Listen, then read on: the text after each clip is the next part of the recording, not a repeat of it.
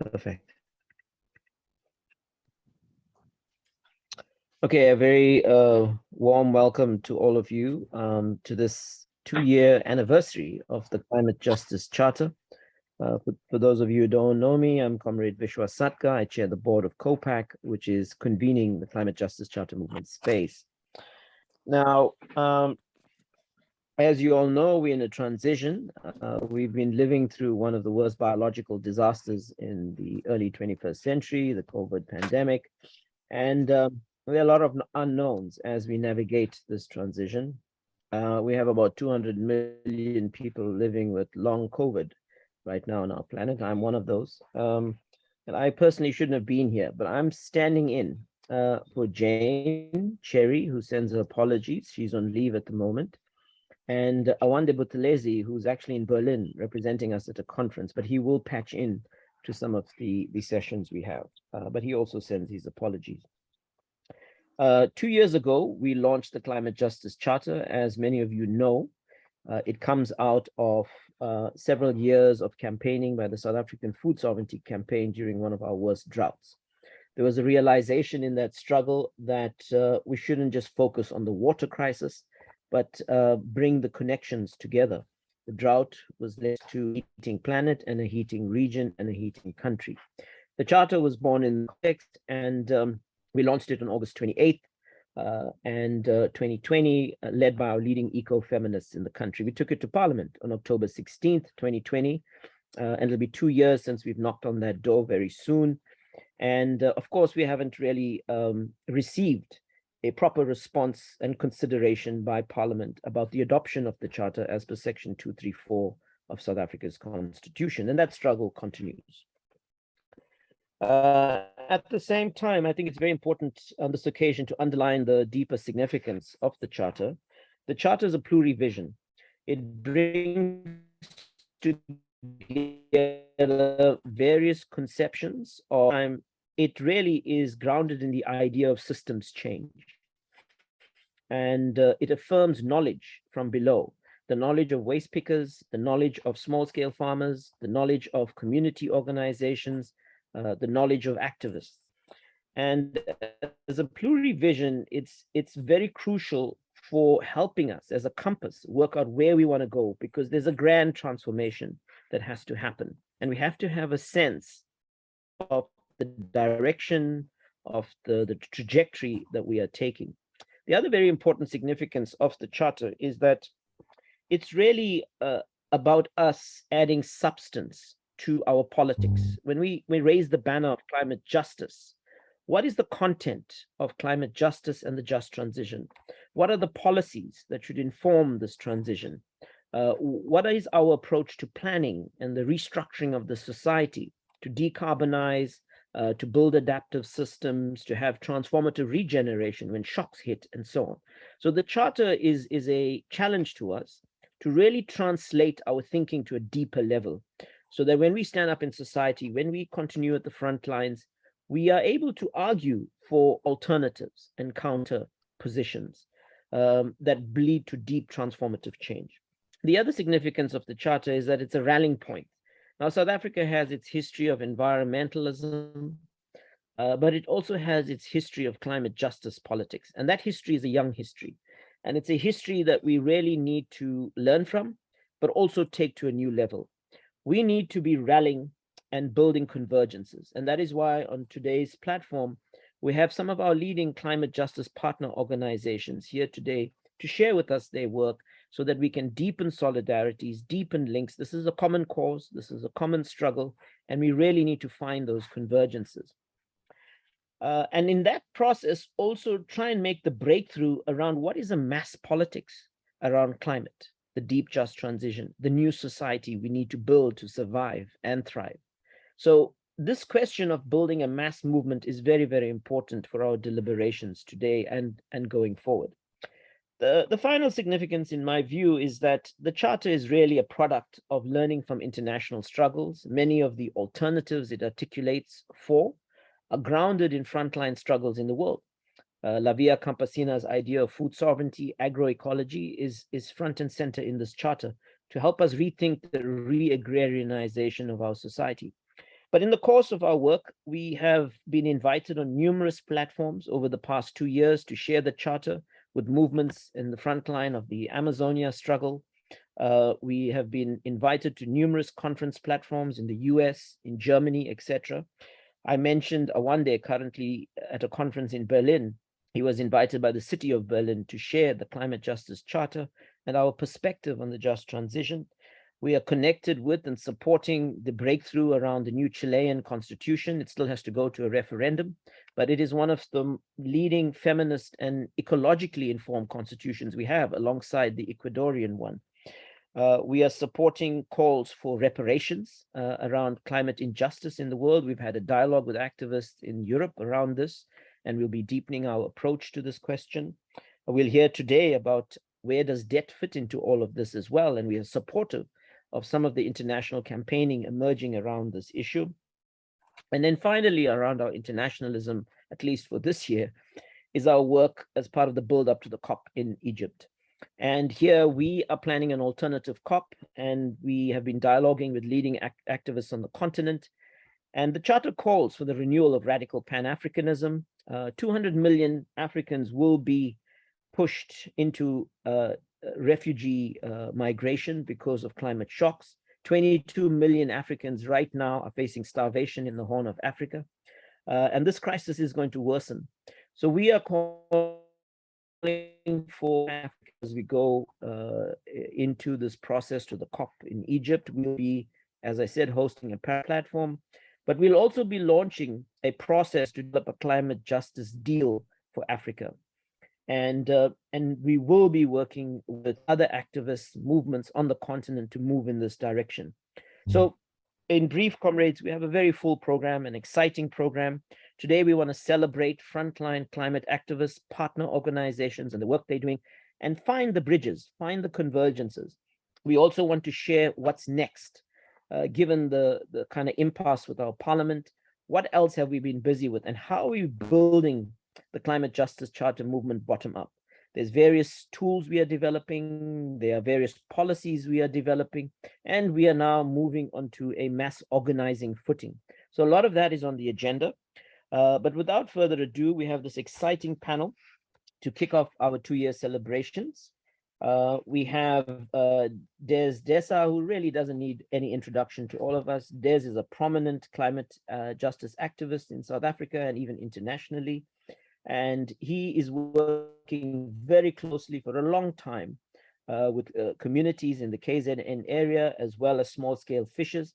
And they have been very crucial in resisting shell and offshore extraction and the planned 10 sort of extractive sites, etc., along our coastlines. So it'll be very important to hear from Des and learn from Des. We have Alex Lefena, who's been doing amazing work through the Climate Justice Coalition, really shaking up Wede Mantash and his ministry, and really trying to articulate for an alternative policy to our energy transition and the kind of carbon-centric ESCOM that we have. Samantha Hargreaves was also been invited from Woman, but Samantha's very ill, so I hope she makes it. She's been in touch with us. She's been traveling on the continent. She works in 13 countries that are also engaging in frontline climate justice activism.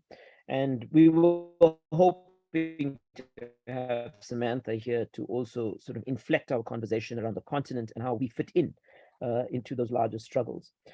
We also have Francesca De Casparis from SAFC, and SAFC is a faith-based platform that has been rallying in the country around climate issues for a long time. SAFC has shaped the Climate Justice Charter in so many ways and ideas, etc. And they've also played a very crucial role in pushing back against nuclear.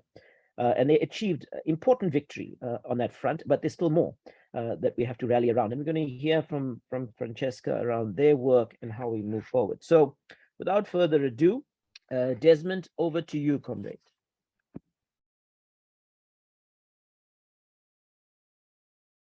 Good afternoon, everyone. Can you hear me? Am I clear? We can hear you, Des. Right. Sure. Thanks a lot. Well, you know, we started way back in '95, and never did I think that that oil and gas will be so high up in the agenda. we were fighting the petrochemical industries in South Durban, there were about a few of us. But with what has taken place over the years, it's clear that the fossil fuel industry is not going to go away in a very quiet way. It's going to take a huge effort. And what we've seen is that the governments usually support these guys, not only in South Africa, all over the continent, but all over the world. And so what is we're dealing with huge and massive corporations who have huge resources. Now I've been walking on the entire Indian Ocean from Ushuaia and Lake St. Lucia all the way down to Port St. John's, and the last 6 years, when the oil industry came here in its first attempt to try and explore for oil and gas, ExxonMobil. And very interesting that the CEO of ExxonMobil worked for Shell, lived in Texas. We must realize, though, that all the big corporations are not in South, do not belong in the country. They are coming from outside of the country. They are coming from Europe and the US and Canada and Australia. So it's huge investment in oil and gas and also fracking and other minerals that they want to do. It's clear that South Africa, we are on the tipping edge now. And we last saw this in the 70s, I think, and probably the 80s.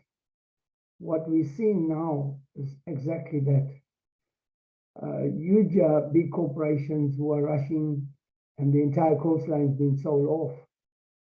But more critically is that government is a partner. So they're holding one another's arms in this whole fight, whole challenge to go and explore for oil and gas, because they suddenly believe that this is going to be a game changer for government, for every one of them that are there already, the ministers, as well as the big corporations. You must realize that the 70s, Shell was abandoned in the anti-apartheid struggle and never divested out of South Africa. So when the 1994 Rubicon came through to South Africa with the democratic process, Shell handed all their offices in Durban, Johannesburg, to the ANC. So every ANC offices is called Shell House. So it's clear that we have, we're not on our own here, but rather that we're going to have to build bridges and build collective responses to the whole thing. The traditional way of organizing what we've done after 94 is not going to win us the battle.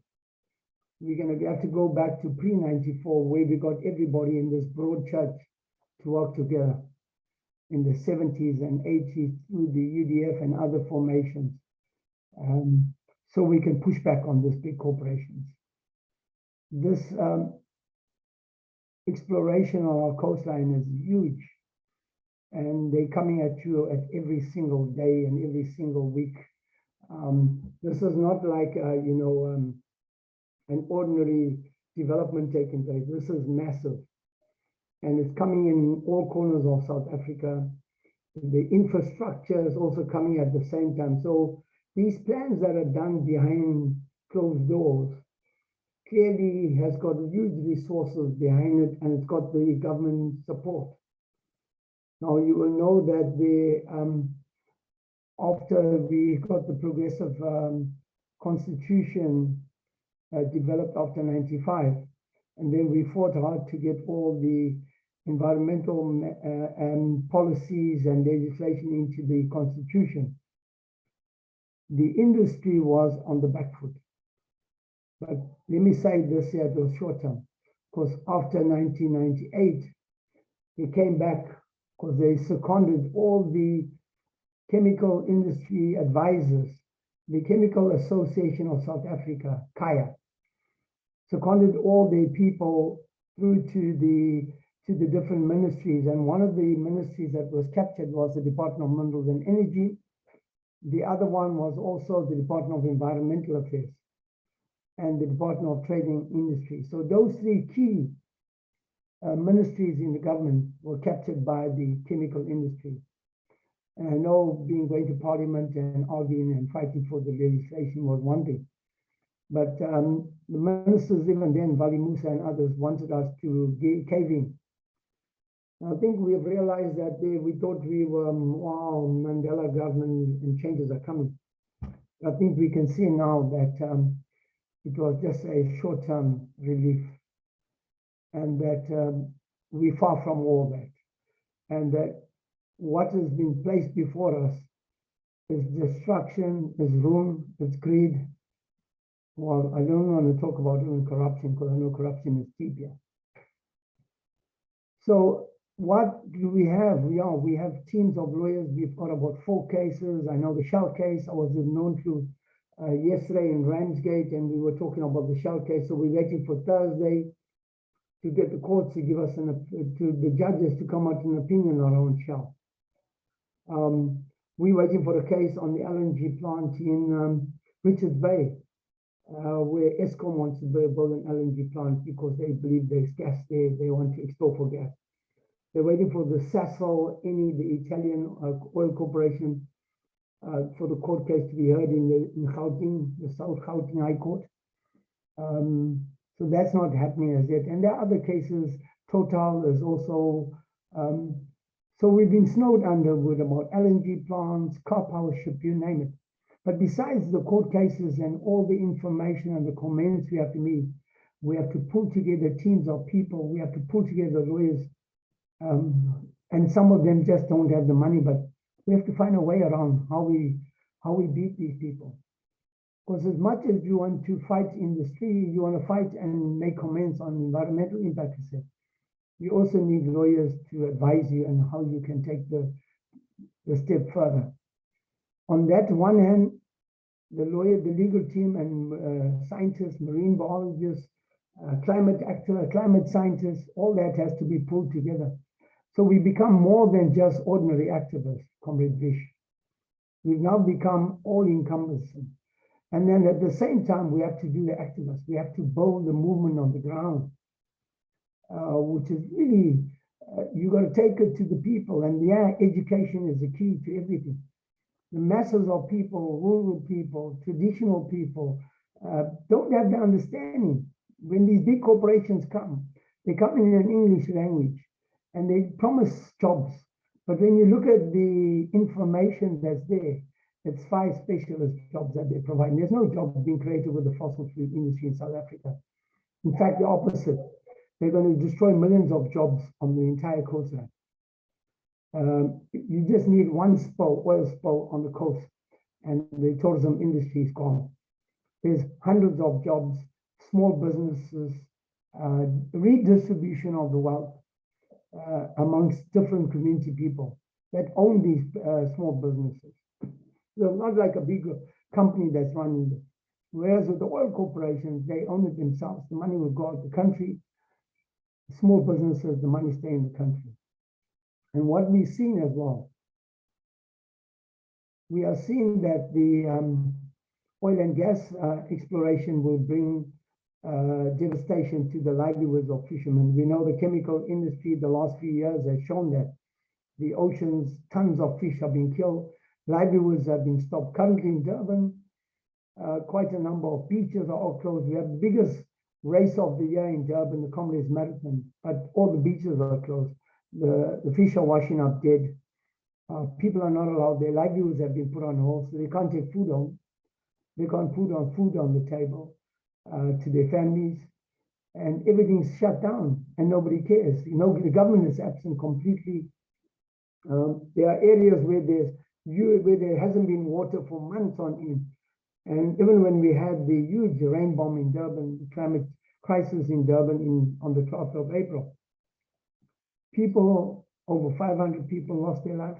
People are homeless. People are living in walls, and nothing has happened. So it's real. Climate crisis is real.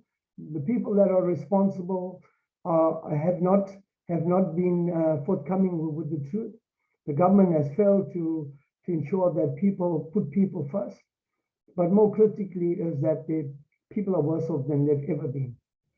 So what is needed? What is needed is that is about bringing a movement from the ground up, building that across this entire coastline throughout the country. We're doing it in Durban, we're doing it on the coastline, where we've got hundreds of traditional healers, together with surfers, together with conservationists, together with fisher folks, subsistence farmers, together with ratepayers coming together, because that's the only way we're going to win, if we bring people together, irrespective of our differences, understanding that we all have a common thing to the ocean, and that's what that's what we all care about.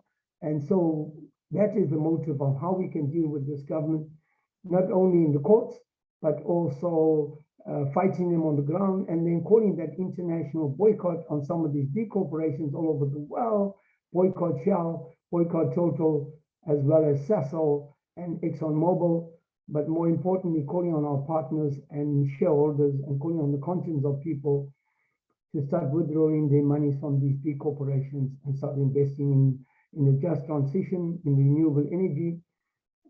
That would work. We already got a huge sort of effort from Oil Watch Africa. We are working together on the continent, and that seems to be growing as I talk to you. Thank you so much. Thank you so much, Comrade Des, for those insights and some of the issues you raised. We will come back to this just now after the panel's concluded. Alex? Thank you very much, Vish, and greetings to everybody on the call. It's good to be with you all. So Comrade Vish asked me to speak a little bit about the sort of the state of the climate justice movement.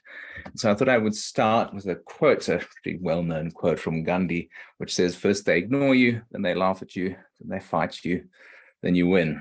And I think we're at a stage where we're certainly getting fought against, but I think there's also a step that's maybe missing in that quote, which is that they will appropriate your struggle and claim that a victory for them is a victory for you. And I think we're seeing that now with just waves of greenwash from fossil fuel corporations that are trying to claim things like oil and gas are key to a just transition, that they are transition fuels, and that even coal itself is really important for us as we make these transitions, right? And so I think there is this real attempt by corporations and the elites who serve them, like Minister Montashe and a few others, to try and paint false solutions as real solutions to the climate crisis. And I think what we're seeing in South Africa and across a lot of the African continent is the moving of the fossil fuel industry into sort of a rush for Africa and a rush in the global south. And I think there's some parallels to what happened with the tobacco industry. You know, the tobacco industry, after major divestment movements against them, were regulated out of large parts of the global north. And so what they did with their strategy was to move to the global south, where there was less regulation, less stronger governments. And we're seeing parallels now with the fossil fuel industry. As you know, they are regulated more out of the global north. They have a massive rush for the global south and massive oil and gas and coal extraction. And often they mask these moves using the sort of rhetoric that activists would use. They claim that, you know, they are fighting for climate justice because African countries haven't had their fair share of oil, gas, and coal. They'll claim that they're, you know, anti-imperialists and they're trying to help Africa, you know, have resource sovereignty. But often these are words that come out of companies like Shell, which is a, you know, Western multinational corporation, or ExxonMobil, or even, you know, the Chinese National Oil Corporation when it's doing its East African crude oil pipeline, or Total in Mozambique. So you have these corporations appropriating the languages of movements and claiming, you know, that they are part of the solution, right? And we see some really disingenuous propaganda. For example, Minister Montashe claiming that those resisting Shell are perpetuating colonialism of a special kind, right? And I think this is quite incredible hypocrisy, given that, you know, he's working on behalf of Royal Dutch Shell, a company which the ANC has invested heavily in and has a history with, as Des was trying to point out. But I think this propaganda works because it mines into a deep scar in South Africa's history, right? Into the hearts of some of our most deep racial wounds, right? And Bell Pottinger's RET, white monopoly capital propaganda was similarly effective because it did really go into this question of like white monopoly capital and the need for radical economic transformation. And it used those ideologies to defend some of the most corrupt and rapacious factions within our government and within the corporations who benefited from state capture. And I think we're seeing something similar with regards to how, resistance to oil and gas is being portrayed by the government. They're trying to, make it seem like the environmental movement is this sort of white middle class, out of touch sort of movement that's trying to prevent development for the broader majority of South Africans. And I think when we actually really look at who the grassroots movements are, a lot of the people who are on the front lines of resistance, particularly in the Shell case, it is people that have lived on the Wild Coast for generations, that are fighting for their traditional and indigenous livelihoods, that we see that this propaganda is very much a lie. But unfortunately, propaganda is often built on lies, but plays on, the sorts of deep histories and tensions that South Africa has, right? And so to counteract it, I think it's really vital that we build movements that are diverse, that are intersectional, that connect to the working class, that connect across South African society, so that our movements reflect and repel that propaganda, reflect our society and repel propaganda that's trying to make environmentalists seem like this out of touch minority, right? And as the Climate Justice Coalition, we tried to do that quite a bit with our campaign to uproot the DMRE, which put pressure on the Department of Mineral Resources and Energy and Minister Mantashe, because they typically represent the interest of polluting corporations and the profit of them over the well-being of people and planet. And through that campaign, we brought together mining affected communities who were affected by not having their rights respected, their right to free, prior, and informed consent, their right to sustainable alternative forms of livelihood. We connected to communities across the country that are impacted by the energy crisis that we face, the energy racism that is prominent across South Africa, connected to youth that were worried about, the climate crisis. And we, managed to organize a nationwide mobilization in every province to put pressure on the DMRE for change. And I think by creating those intersectional forms of convergence and pressure on the DMRE, we did manage to get Mantashe afraid, because it did show the lie behind his propaganda, so much so that he threatened us with lawsuits, started peddling conspiracy theories that we as the Climate Justice Coalition are foreign-funded entities, some pretty wild conspiracies.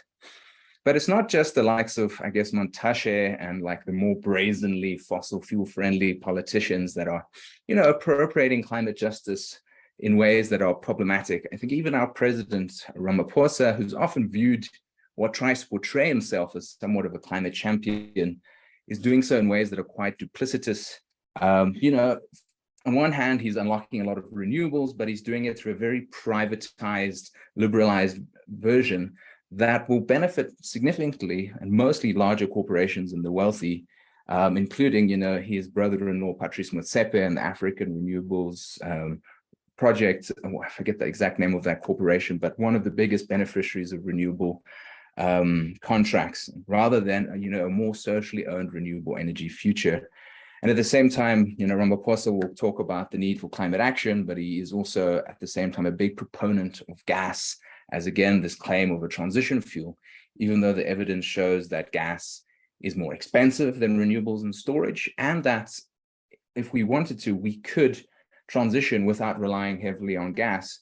So there's lots of evidence to suggest that renewables and storage are both more economic and more environmentally friendly.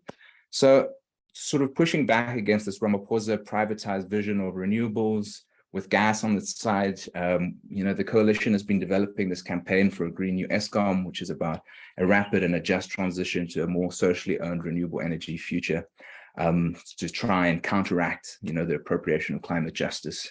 So I'll leave it there. Thank you. Thank you so much, Alex. That was great. Without further ado, let's move on. Unfortunately, I don't think we have our dear comrade Samantha with us. She's ill. So we'll move on to Francesca from SAFC. Over to you. Thanks, Vish, and good morning, everyone. Thanks for the opportunity and congratulations to the Climate Justice Charter for 2 years. We've been involved since the very beginning, and it's wonderful to be able to be here and still be part of the movement. Although I think, as Vish was saying, how COVID has impacted him personally, COVID's impacted all of us in our capacity to see each other, to really connect in meaningful ways. And I remain thankful for Zoom, but I would much rather be having this meeting in person. So as much as this allows many of us to gather together, and it does allow for more dialogue like this, I still miss being able to see you all in person. So I just wanted to add that.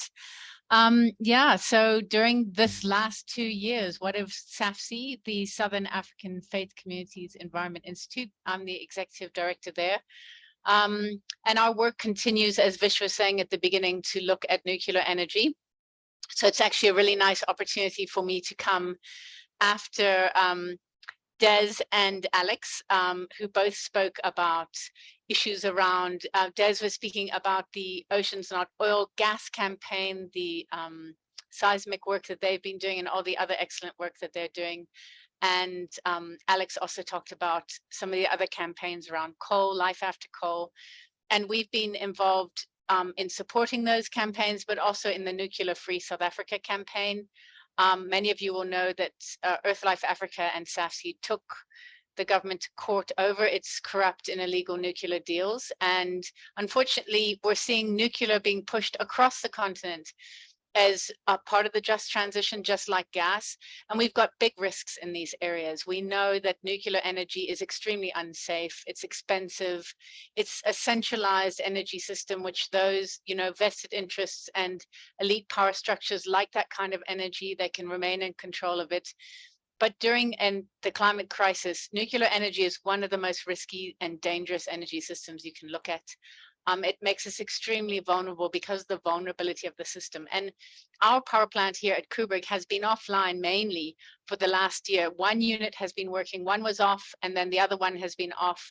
And they had a massive issue recently where one of the rods was misfiring in one of the units, and that's what happened with Chernobyl. So when we say that nuclear energy is unsafe, the problems with it can be extreme when there's a nuclear accident. And many of us don't realize what we're sitting with there. Kubrick is meant to have its life expectancy expire in 2 years' time. But of course, it's hugely costly to disband a nuclear power plant, decommission it. So we're looking at extending the life. That's being done with no consultation at all. And so it's a huge problem for us, all of South Africa. It could really cripple our economy if something majorly went wrong there. And we're busy at the moment looking at climate change and the issue of nuclear power stations and this desire around the world to extend their life or to make more. 16 countries in Africa are looking at nuclear power. Again, it's this sort of energy colonialism, looking to Africa to provide cheap and low carbon energy, which of course gas and nuclear are not. And we also know that, so there's a big issue here with nuclear energy in terms of not extending the life of Kubrick. We want the government to decommission it, and that's happening under our noses. No public consultation has happened. And in fact, they don't even want to share the safety case with us because they know how problematic it is. So that's something I'd really like people to be aware of. And if you can support that campaign, please join us. Safety, affordability, accessibility.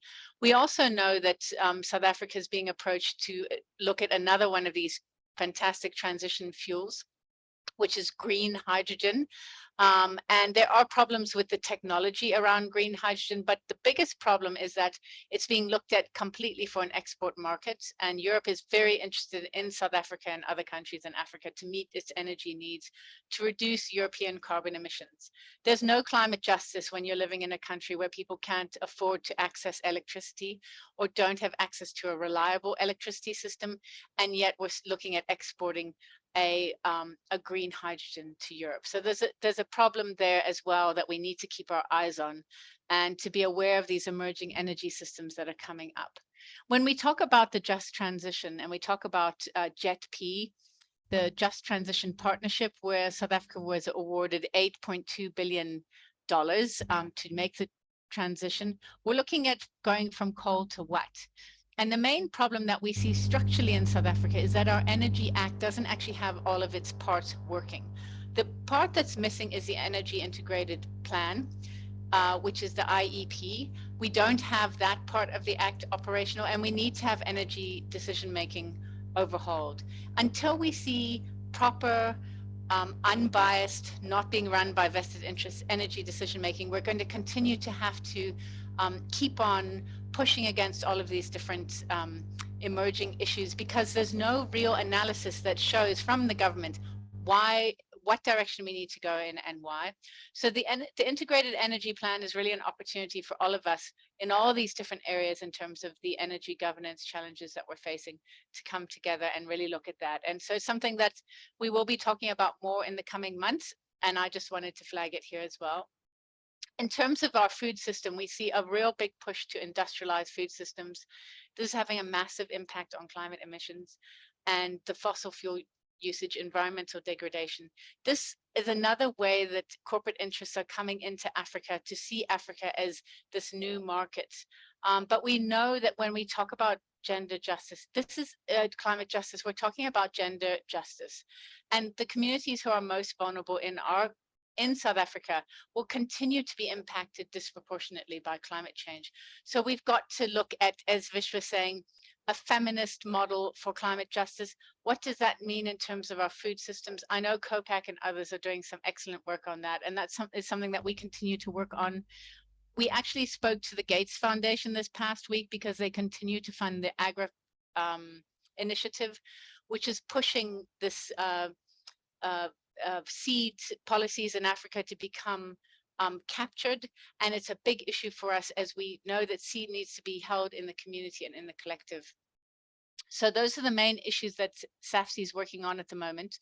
Our concern, of course, is that as long as governments are not making decisions in the interests of their people, we will continue to see this corporatization in energy, in food, and we'll continue to see a worsening climate crisis.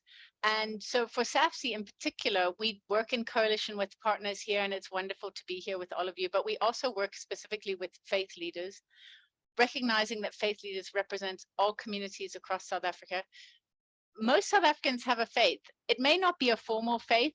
It may be that they don't practice, but many people do. Many people go to churches, many people go to mosques, many people have some way that they indeed are working within their community, and the faith structures are a wonderful opportunity to share knowledge, to understand better what communities are facing, and really to reach those most vulnerable in South Africa. So we will continue to work with faith leaders. We will continue to raise not just the science of the climate crisis, but also the moral imperative for us to do something, that we need to get to the radical root of this problem and see justice across South Africa. Thank you so much, Vish, and everyone. Thank you, Francesca. Right, without wasting time, let's move on to Sunny from the Debt for Climate campaign. Over to you, Sunny. I got gifted this T-shirt by somebody from Germany. It was the very first T-shirt of Earthlife and SAFC tackling the nuclear deal, and it even talks about the pebble bed reactor. So that contextualizes how long you've been doing this. So very well done. I'm Sunny Morgan. I'm the global co-founder of the Debt for Climate movement and the South African convener of the movement. I'm also the South African convener of the Rise Up movement, Vanessa Nakati's initiative around Africa. So I want to first start by recognizing all those who have passed away since we last met 2 years ago, particularly Professor Bob Scholes and other activists who have either died during COVID or were assassinated by various factions, and the state, we dip our hats in solidarity to them. Like Alex, I want to start off with a quote. It's one of my favorite quotes by Margaret Mead, which says, "Never doubt that a small group of thoughtful, committed citizens can change the world. Indeed, it's the only thing that ever has." Whilst I like that quote, the climate crisis is so big, I really, really doubt that the group can remain small. And I like Peter Kalmas, the climate activist, says we need 1 billion, not 1 million, but we need 1 billion climate activists if we're going to solve anything. So my brief assessment is just to remind us, ourselves and those who are listening in on social media and on the Zoom call, about how rapidly the climate crisis has advanced. China, this past 2 weeks, has experienced a heat wave, and some scientists are calling it the most extensive long-term heat wave. And they're not even talking about recorded history. They are literally saying forever, since time immemorial. We also know that Pakistan, over the last 48 hours, has experienced extreme flooding from glacial melting. 1,100 people have already lost their lives. Over 200 bridges has collapsed, and a number of buildings, specifically in low-lying areas, tourist areas, and areas near villages, have just washed away. In South Africa, obviously, we always think about the 550 to 600 people who died in KwaZulu-Natal during the rain bomb in April, and remind people that that event was so unique in that it broke the record to have 2 of those rain bombs within the space of 6 weeks. In the Sudan and in Uganda, the climate crisis is already here. So we no longer have to explain to people about whether climate crisis is real. We just have to point them to the facts and point them to the videos and the news that's very contemporary now. So the climate crisis is here. Really, the challenge for us is to understand that the impacts are going to be so rapid. Before we know it, it's going to be on our doorstep here in South Africa. And our challenge is to make sure that we grow all of the collective movements, whether it's the Climate Justice Charter movement, the Coalition, Rise Up movement, Debt for Climate, Greenpeace, all of the ones that are doing work specifically in the climate justice space, is to make sure that we multiply ourselves. And the only way we do that is through cooperation, and in being quite open about how we grow, because the numbers certainly are still too small. We still struggle to put thousands of people on the street, not for a lack of trying, because all the efforts are commendable, but we still need to do more than that. So I want to particularly talk about the Debt for Climate movement and the reach that we are having, and why we think the campaign is important. So the Debt for Climate movement is a movement led by Global South activists from Latin America, Africa, and places like Indonesia and the Philippines. And basically it calls and holds accountable the global north for its climate debt. The climate debt of 400 years of extractivism, loss and damage, slavery, and colonialism. So we want to be able to hold them accountable through this mechanism of calling for the global north, and particularly the G7, or the wealthiest nations in the world who hold political sway over the World Bank and the IMF, to call for the cancellation of the financial debt of the global south.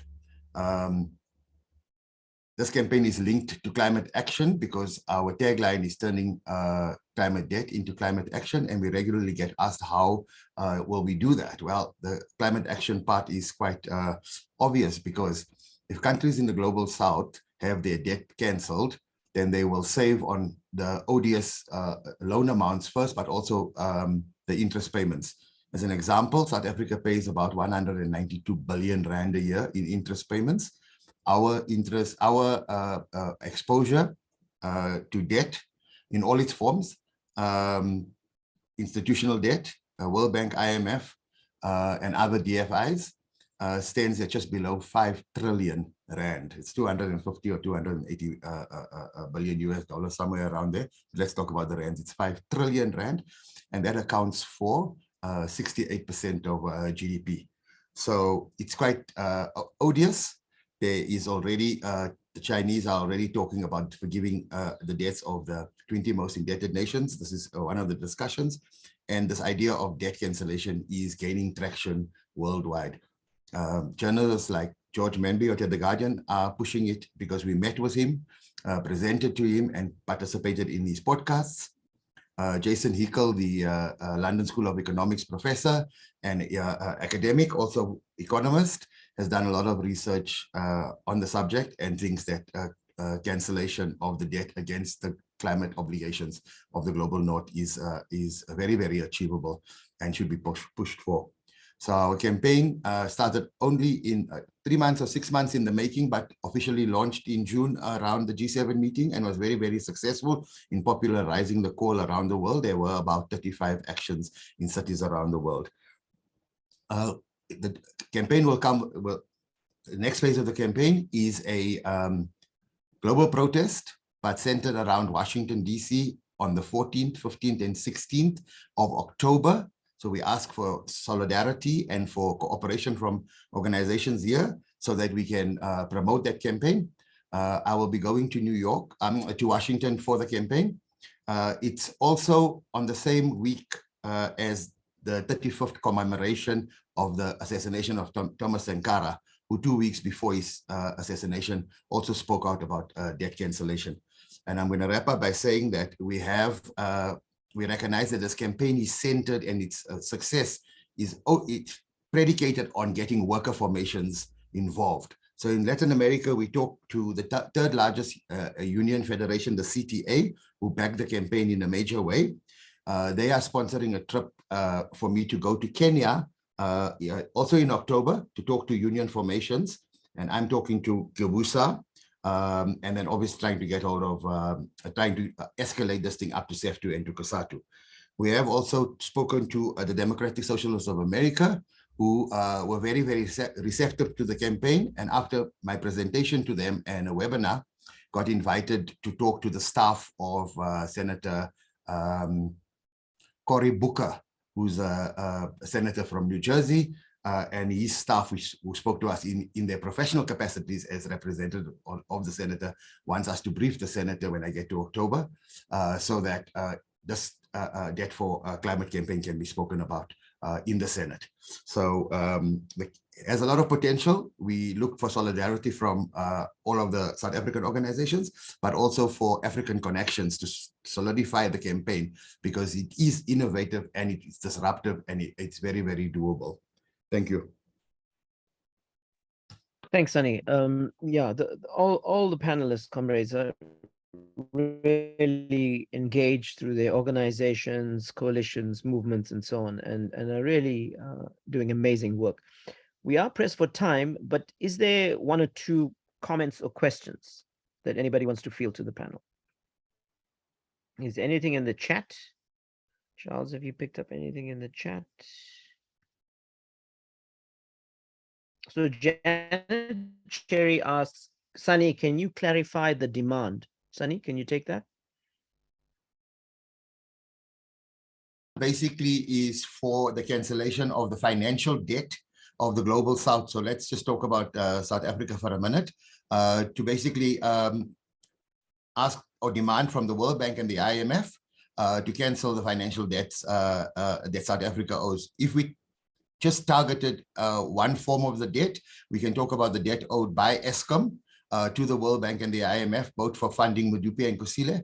Imagine if we were able to successfully get that debt cancelled, it would wipe off around about 180 billion of that Eskom owes. It would make Eskom more solvent and more relevant. So the idea is the cancellation of the debt, the financial debt of the global south that is owed to the World Bank and the IMF. Thank you, Sunny. Any other comments or questions anybody has for the panel? If not, we're going to be transitioning to the next agenda item, and these things are connected, so we can always sort of connect these things up. So yeah, we're going to be launching now the critique that the Climate Justice Charter Movement has put together, the Presidential Climate Commission. This has already gained some media traction and coverage, and we're also launching a People's Climate Justice tool. So over to you, I think, Awande and Charles. Thank you, and thank you everyone for joining us today. Today, I will be covering the critique of the Presidential Climate Commission's framework for a just transition. And I'll be going through a couple of key points but I do encourage everyone to go and read the critique for themselves, as it is on the CJCM website and should have been sent to everyone via email. And I'll begin with the introduction, and the critique. We state that the introduction to the framework acknowledges the urgency of the climate crisis and climate science, but it fails to recognize that we are living through extreme or climate extremes and the impacts of such climate extremes. And in addition to this, what we state is that we require more people-centered documents which would have been less technocratic in tone and acknowledge that we had one of the worst droughts in the history of the country and an extreme flooding event in KZN this year in April. There are glaring omissions in this framework, which runs throughout the document: a failure to acknowledge our carbon emissions and a failure to acknowledge the responsibility that we have to our fellow African nations and other nations of the global South. While the document affirms a commitment to vulnerable groups, it fails to recognize that we're a country racked by deep inequality, including poverty, wages, and precarity in the labor market. A failure to recognize these realities means that the document falls short of just the label of just, or being serious in really dealing with the necessary social and socioeconomic context that the country faces. The document reads as though the Just Transition Framework on offer is based on what the current ANC government is doing. In other words, a failing state with incoherent policies, a lack of serious political will to mainstream the climate emergency, and which is meant to lead a just transition. We cannot trust this government. We cannot trust it on its seriousness based on the inconsistencies that we see between the ruling party and also its state policy. The document reads like a top-down technocratic exercise rather than being informed by a lived experience of the worsening climate crisis and emergency. There is no indication of how many droughts, flood, tornadoes, and wildfire impacts communities have faced, or if communities have been consulted with regards to some of these impacts. How many lessons were drawn from these experiences? What have we done and what would we do differently from what we have done so far in the past when facing these experiences? The document claims that there is a broad consensus on how to define a just transition. It is supported by a number of quotes throughout the document, but when you look at these quotes put together, it's merely affirming what the government has already stated of its goals for net zero by 2050. A goal of net zero by 2050 or a framework based on such a goal cannot be taken seriously. This is antithetical to the transformative systemic plurivision of the Charter and the systemic alternatives that it puts forward. The principles of this document are flawed in two major ways and are revealing in terms of the liberal technocratic approach running throughout the document. The first of these flaws is that the rights of the Constitution are considered as adequate and sufficiently green to ensure that we survive the ecological crisis. The Constitution, though progressive for its time and great in many parts, is anthropocentric, and we should not be scared, or we should not be turning away from the challenge of having to seriously deal and upgrade the rights, the legal rights, and also face the gaps in our Constitution with regards to the ecological shortcomings that it has. Second, in these flaws in the document is that it is strikingly the principle of climate justice is absent from the document, but this framework is supposed to deal with the worsening climate crisis.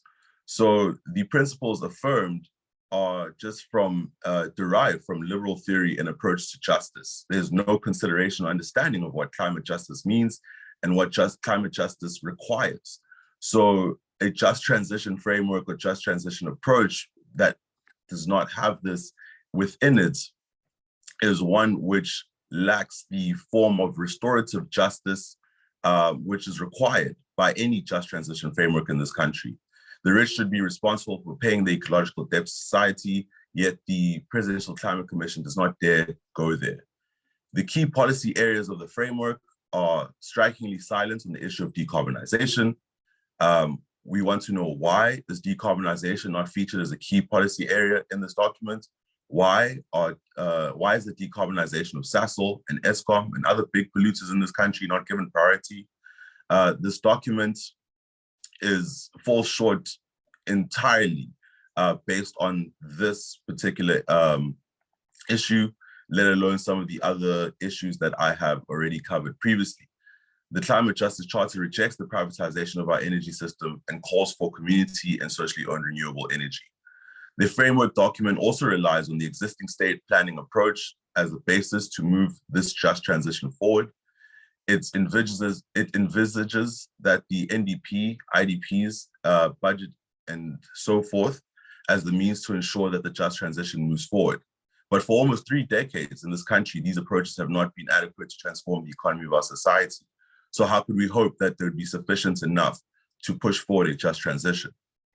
We will continue to champion a vision of the deep, just transition by affirming the centrality of the Climate Justice Charter, its plurivision, goals, principles, systemic alternatives, commitment to a people-driven climate justice state, and a renewed radical Pan-Africanism. Thank you.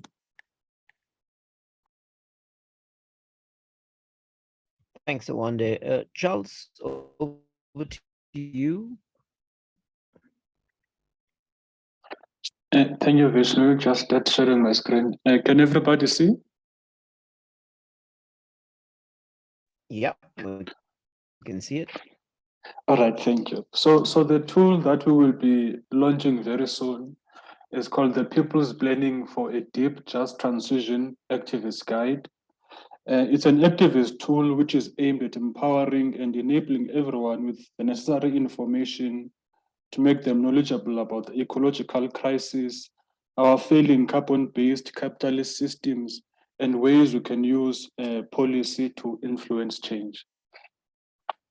So the tool that comes out of a research as well as an online workshop on the just transition in workplaces, communities, and local governments that we hosted in 2019. In 2020, we've had several discussions on it also throughout 2021 and also this year. It's been the subject of discussion in several webinars as we develop this tool. Nadia Karodia did the literature review and the initial concept document, and Dr. Firel Adam has been leading the writing of this tool within the COPEC space, working, of course, with the COPEC team, Courtney, Charles, Jane, Awande, and of course, Professor Sadka. So the tool has about 7 different modules. The first module outlines and breaks down why we developed this tool. It breaks down the purposes of the guide. It breaks down the key principles for process facilitation. Because one of the key things about this tool is that it calls for process facilitation. It has several activities that activists can do, several ways of breaking down all the things that are covered therein. And then module 2 is an introduction to climate as well as a socio-ecological crisis. So one of the things I like about this tool is that climate science has been made accessible. A lot of time, climate science sometimes becomes the privilege of the learned. But what this tool has done is to make sure that climate science can be easily accessible and understood by everyone. It focuses on the current climate and ecological crisis. It has a specific focus on the ecological crisis in Southern Africa being a climate hotspot. And it also has a focus on climate science future for South Africa. So that is what module 2 of the tool covers. And then in module 3, we talk about the Climate Justice Charter, a background to the Charter. The Charter is a tool for strategic transformation through a climate justice project. The tool asks what happens if we do not adopt the Charter and what happens if we do adopt the Charter. So what trajectory is our country going to take if we do not adopt the Charter and take the climate and ecological crisis seriously? And then it has an exercise there, and the exercise is about understanding the Climate Justice Charter. And now the Climate Justice Charter can be used as a tool for our several activist arms. And then module 4 of the tool defines the deep just transition. and begins by asking the question, why a deep just transition? Now, it's very important for us to have a clear definition of a deep just transition, because the term is being used or is being co-opted to mean several things.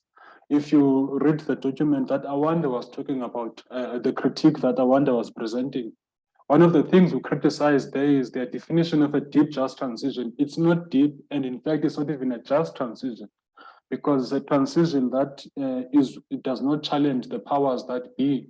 It's a transition that will be led by the private sector, basically the privatization of our energy systems.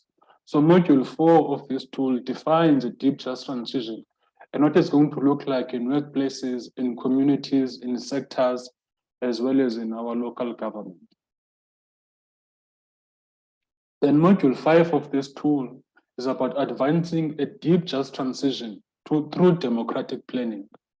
Firstly, it outlines the failures of planning in South Africa, how planning is always technocratic in its approach, ignores people's lived experiences, ignores their knowledges, and how public participation also is being used as a mere tick box approach.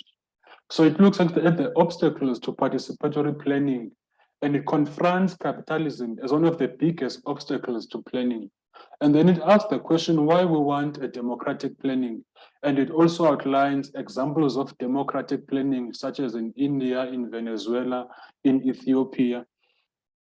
And then it has an exercise on planning and participation. And then module 6 of this tool is on climate justice visioning, people's deep just transition activism in communities, in workplaces, in sectors, as well as in local government. So it looks at the role of local government. Why is local government important? It also looks at what local government can do in the deep just transition. And then it has several exercises on reimagining our communities, reimagining our workplaces. It also has several exercises about different sectors, as well as going beyond visioning, developing action plans that are implementable in all of these areas that have been identified. And then module 7 of the tool concludes by dealing with accelerating the deep just transition in our communities, in our workplaces, in our sectors, as well as in local government. And it also has the clarion call of building a mass-based CJCM movement, building local forums, strengthening the movement, uniting climate justice forces. So it's a tool that will be launching very soon, but this is the outline of the tool. Thank you very much, Vish. Thank you, Charles and Awande. Comrades, I think what's very clear is that this Presidential Climate Commission in South Africa has a very problematic approach to the just transition. We've demonstrated that in our critique. At the same time, we've also realized that we cannot just, if you like, throw critique out there. We also have to get our activism onto the terrain of the just transition. And that is why we have an umbrella campaign that we're calling Accelerate and Deepen the Just Transition Now. And the tool that Charles shared is one step in that direction. We've been tracking the climate bill in Parliament and its planning approach, etc. And again, it's very top down. We've seen that with IDPs, etc. So part of the kind of new politics that we have to master as climate justice activists is how to lead planning in workplaces, in communities, in sectors, at the level of the local state and beyond. So this is very much the kind of framework we have. Are there any comments and questions before we move on to the next panel, which complements this? It's about giving more substance to the just transition. Ferial, you had your hand up? Yes, Comrade Vish, thank you. I mean, I think that it links, my comment links to everything that the opening panel were mentioning in terms of how do we strengthen the climate justice movement as a whole and groups together and those kind of things. And if I agree with the critique of the Presidential Climate Commission, but there are some good allies and comrades in that commission. And how do we work with that? How do we make sure that we don't create division in terms of our critique?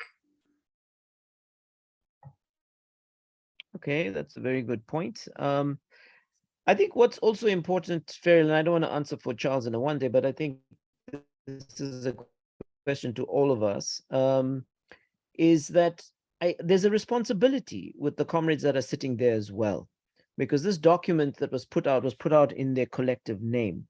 But I think it's something we're going to have to entertain as we go down this road and keep on thinking about the tactics, thinking about reaching out, thinking about engagement. Sunny, you had your hand up.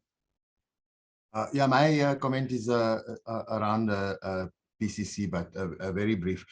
So as civil society and climate justice activists, we must make sure that our contributions are much more robust than they currently are in working with the PCC. I sat in on and spoke, gave my 2 cents worth on Friday as the PPC was meeting with various stakeholders. And on the civil society section, I made the point that the PPC sees talking about the 135 billion rand loan. It sees that loan as an investment objective instead of as climate action. It should be driven by climate action. There was a lot of criticism, even from the civil society organizations there, that they were being asked to make comments and to support this investment plan at the very, very end of the process. The process and the way Daniel outlaid it, it was very, very vague, lacked a lot of information. There was no sharing of the documentation, and the standard excuse was that it was subject to confidentiality clauses. And I reminded them that this is a climate action, and it's civil society driven in the sense that the government can't just agree to vague conditions because there's no transparency on the terms and conditions. So there I think civil society can play a more robust role. And if we're not represented at the commission now, we should push for a greater representativity, because that was also the criticism of some of the civil society reps that were speaking there.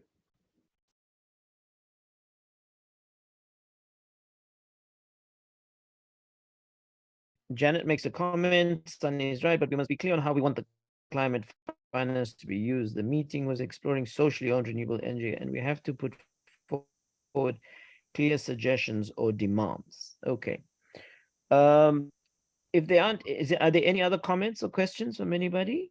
Vish, I was just saying that we pushed for that demand in a big way for some of the finance to be allocated into a fund for community-owned renewable energy, and it was well received both by Oliver and by Daniel.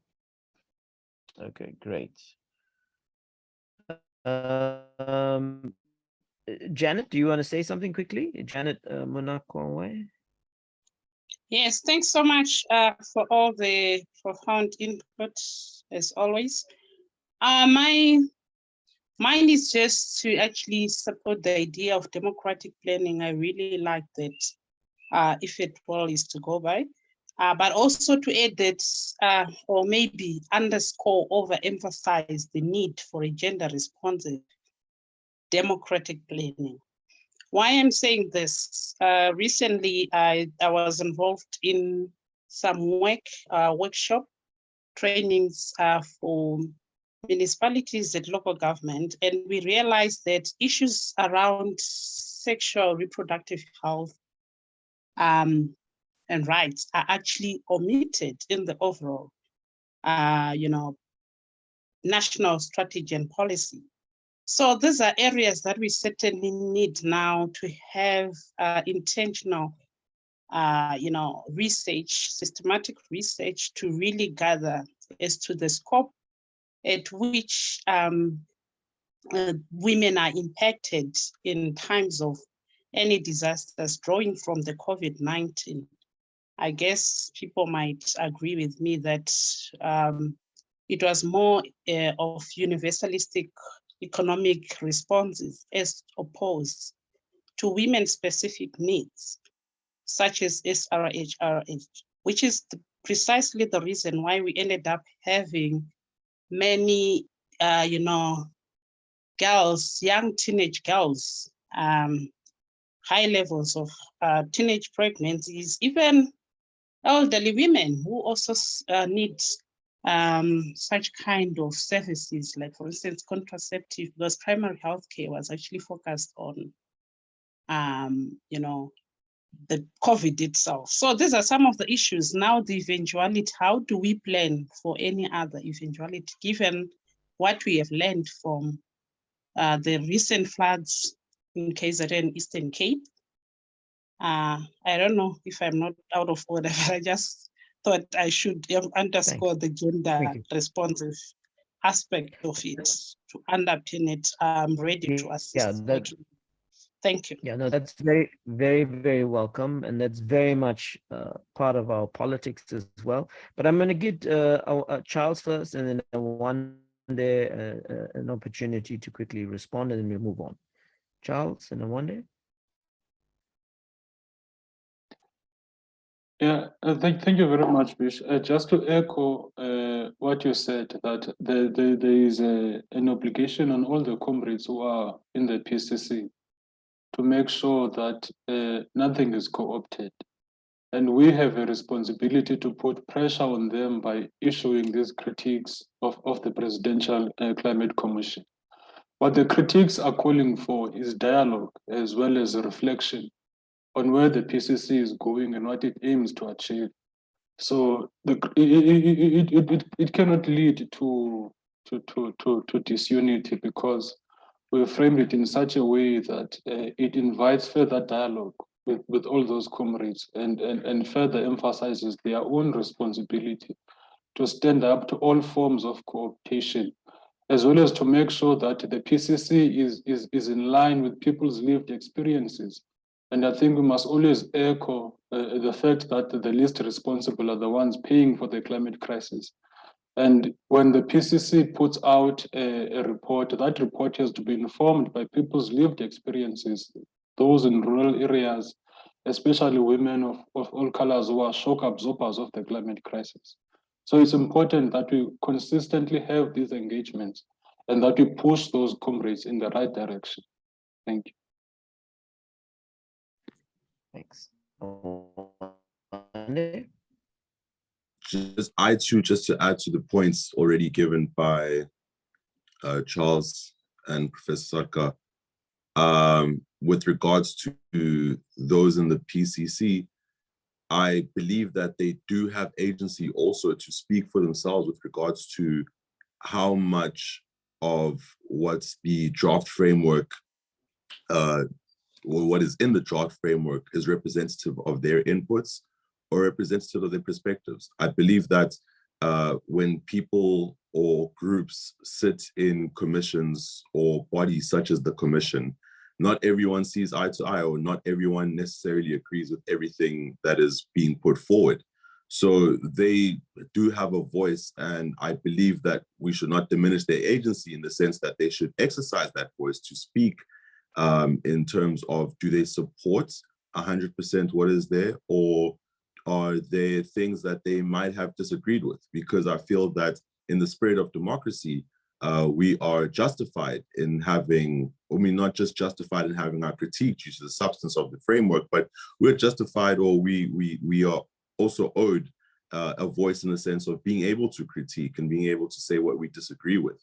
And I think that's in a comradely fashion, or should be taken in a comradely fashion for those who are doing good work, who may be within that body, but that they should also allow themselves the space to respond in a comradely fashion with regards to whether they disagree with us or whether they agree with us, and feel that their job and their voices are echoing some of our sentiments within that body, even if some of these points are not reflected in the document. So I do think that they do have an agency and a voice, and they should be able to exercise it in the spirit of democracy.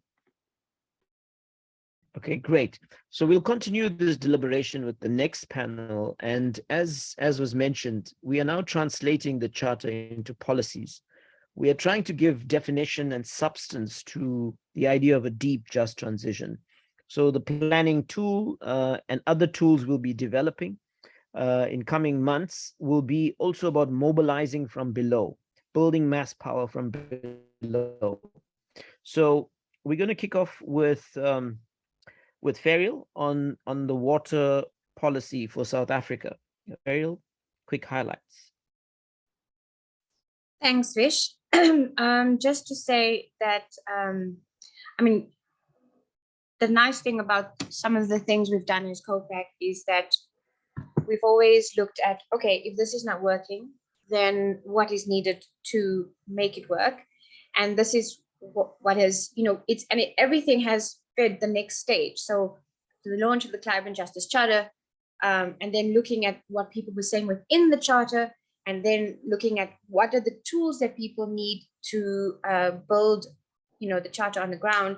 And then from that is, people were saying we're working within an existing policy framework that might not work for what we want to make the Climate Justice Charter a reality. So that was the motivation for then developing the different policies. I'm working specifically on the water policy. And the idea was that, firstly, if we look at the state of our water commons, it's really been managed so badly. And some people would talk about how great our water policies are, and to some extent there are some really good things within our water policies. But let's be honest, our water resources are in a state of a mess. So I'm not sure if anyone has followed. In April, the Department of Water and Sanitation released the blue drop and green drop reports, right? And if we look at that, the green drop is the state of sewage and wastewater treatment works, and the blue drop is the state of drinking water quality. Now, this was before, I think it was released before the rain bomb in KZN.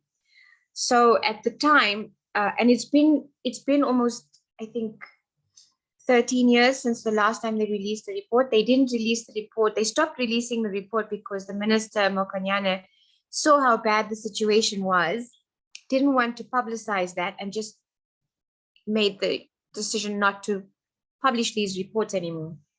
So, I mean, that's by the way. But the bottom line is that 52% of our drinking water supply systems, 52, so it's more than half, are in a medium to critical risk. And that means that they don't have enough checks in terms of the chemical standards or the standards that should be clean and the microbiological standards. And I know that one of the things we're looking at in the policy is, are there alternative ways to clean our water rather than pumping it with chemicals? The other one was the green drop, which is more than 60% of them are not working well, and they just literally spewing sewage into our rivers. And that was our motivation in terms of developing a water policy. So we looked at what the state of our water commons in South Africa is. We also then looking at, so how do we then take it back? How do we have ownership of our water commons? How do we democratize our water? And we analyze some of the basic policies that exist. And we're saying that there's a role for government to play. We're not saying that government shouldn't be playing a role. Of course, we're not advocating for privatized water, which is a problem. But we need to better map that out. And we also need to be sure that within that, there needs to be a process that also maps out the roles and responsibilities for industries. Just to add, I mean, industries, everyone has focused on government poor performance and government's polluting of our water resources. And at the same time, industries are polluting, but they're getting away with murder. I don't know if people followed this, but and I'm sure Des has. Sasol is going to be taken to court because a whistleblower basically finally came through and said for about 5 years, Sasol has been spewing out effluent into the Vaal River, which is carcinogenic. And when we get our drinking water, Rand Water has certain standards that they're testing for, but none of it tests carcinogenic elements. So there's a real problem with our water. Even when we think it's clean, it might not be. Anyway, so in terms of this policy, we're looking at what is the role of government? How do we change that? How do we make sure that we as communities and people have a greater say in that. So that's what the policy is doing. The policy is also looking at the role of people and communities in having active participation to monitor our water resources. How can we do that? How do we stop having the tick box exercises like they've done now with the National Water Resource Strategy? The third one's our comment. How do we make sure that it's actually meaningful? In fact, I was going to say to Vish, we should send the alternative water policy to the NWRS process. And then, of course, the role of workplaces and workers and the labor and sectors that have a role and a responsibility to share the information they have in terms of what's going on in water. Having a whistleblower should not be an exception. It should be the rule. And that is what this water policy does. I was given 5 minutes just to give basically what we were looking at, and that's basically the thing. But it's really what we're trying to do is to create a much stronger water conscious society. We want to democratize our water commons, and this is directly, it's not like a standalone thing, it's directly linked to the work that the Climate Justice Charter has been doing and to the movement itself. So I think it's all linked and it's a step-by-step process, but I think that an alternative water policy is like really needed given the state of the water that we have in our country. I'm done. Sorry, didn't go more than 5 minutes. Thanks. Perfect. Thank you. So yes, comrades, we're thinking through these issues in the context of climate extremes. So flooding, which also displaces water systems, drought. Now, next drought is going to be devastating, heat wave. So this policy is about us being able to stand up in society and say, this is the kind of socio-ecological system we want around framework around zero waste and simple living. Over to you, Wanda. Can I add, sorry, one more thing? Sorry, Vish. Yeah. The thing about the policy is that it also is saying that it's not, when we had the floods in KZN, for example, there was a focus on, oh, we've had a flood, as if it was like just an isolated event. We need this policy also wants to link the extreme climate shocks and how it's impacting on our water, which I think is lacking. Excellent. Thank you, Farrell. One day over to you on zero waste, just to give us some highlights on the work being done. So over the past 2 months, the CJCM has been focusing on zero waste and simple living as we develop a zero waste policy. And the internationally accepted definition of zero waste is the conservation of all resources through responsible production, consumption, reuse, and recovery of products, packaging, materials without burning and with no discharges to land, water, or air that pose a threat to the environment or human health. And the zero waste is a process, not a destination. And the understanding of zero waste is that it has to be led at the local level, beginning at the level of cities and towns, and then being driven up. So primarily the policy of zero waste and zero waste policies will be city and town specific, but also linking that with at the municipal level.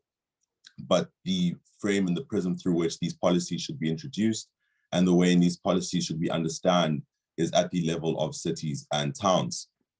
The zero waste policy is built on the concept of the zero waste hierarchy. The zero waste hierarchy is used to rank resource management solutions from the highest and best use of materials to the lowest, with the goal of reducing the quantity of waste generated in the first place. The zero waste hierarchy is as follows: refuse, rethink, redesign, reduce, reuse, composting, recycling, anaerobic digestion, material recuperation, residual management, and unacceptable. Unacceptable basically stating or speaking to the materials which have to be removed from businesses and processes in general. Refuse, rethink, redesign is where cities must guarantee and initiate incentives and actions that ensure that businesses make their products and packaging using renewable resources that are reused, repurposed, or collected sustainably. Cities must also mandate businesses to design waste out of their goods and packaging and manage their whole life cycle sustainably. Reduce and reuse. Under this, cities and government entities must make sure that government entities and initiatives driven by the state at the city and town level will decrease and reuse materials in their purchases and practices. Cities must also assist businesses and organizations and people in acquiring the right amount of food to reduce spoiling and extra waste. How cities can guarantee that edible surplus food is just redistributed to food, how cities should also guarantee that edible surplus food is redistributed to poor residents in need. Cities will draw up structures and processes through which this can be done effectively at a town level and at a city level across different wards and communities. Cities also need to initiate actions to eliminate actions which preference single-use products, actions and businesses that mainly use single-use products, and must also draw up reuse systems or reuse plans that can be initiated to replace the use of these single-use products. With regards to composting, recycling, and anaerobic digestions, cities will have to draw up plans to build diversion systems that recover uncontaminated, high-quality materials to be reused. They will also have to draw up new legislation at the local level to incentivize public education and cultural transformation to ensure that appropriate separation of waste is done at the level of individual households and citizens within wards and communities across the cities. With regards to residual management, cities will also draw up plans for waste remains or materials that are comprised of and which come from industrial activity. They would also have to draw up frameworks to help businesses and companies who operate in those cities to improve their waste prevention techniques, whilst also reducing further up waste that's contributing further up the waste hierarchy. Cities will also have to cities will have to draw up frameworks, for making sure that landfill utilization or the existing utilization of landfill areas limits land, air, and water discharges, whilst finding medium to long-term solutions to phasing out the existence of these landfills. With regards to unacceptable, cities will draw up frameworks to reduce waste to energy incineration, co-incineration, and plastic to fuel, amongst other things. And I'll leave it there for the zero waste policy. Thanks, Wande. Just note the question from Impai. We'll come back to it just now. Comrades, there are objective limits to the minerals and resources that can go into transition, particularly the energy side. We were discussing this the other day in OPEC space. So, even renewable energy technologies and so on, there are limits. But you look at the charter is about individual sort of solutions, individuals driving electric cars or individual households having renewable energy. We are talking about collective solutions, socially owned renewable energy systems, community owned. We are talking about clean energy public transport systems and so on. So in that context, the objective limits on the transition are going to be very serious, and so and some highlights on that policy.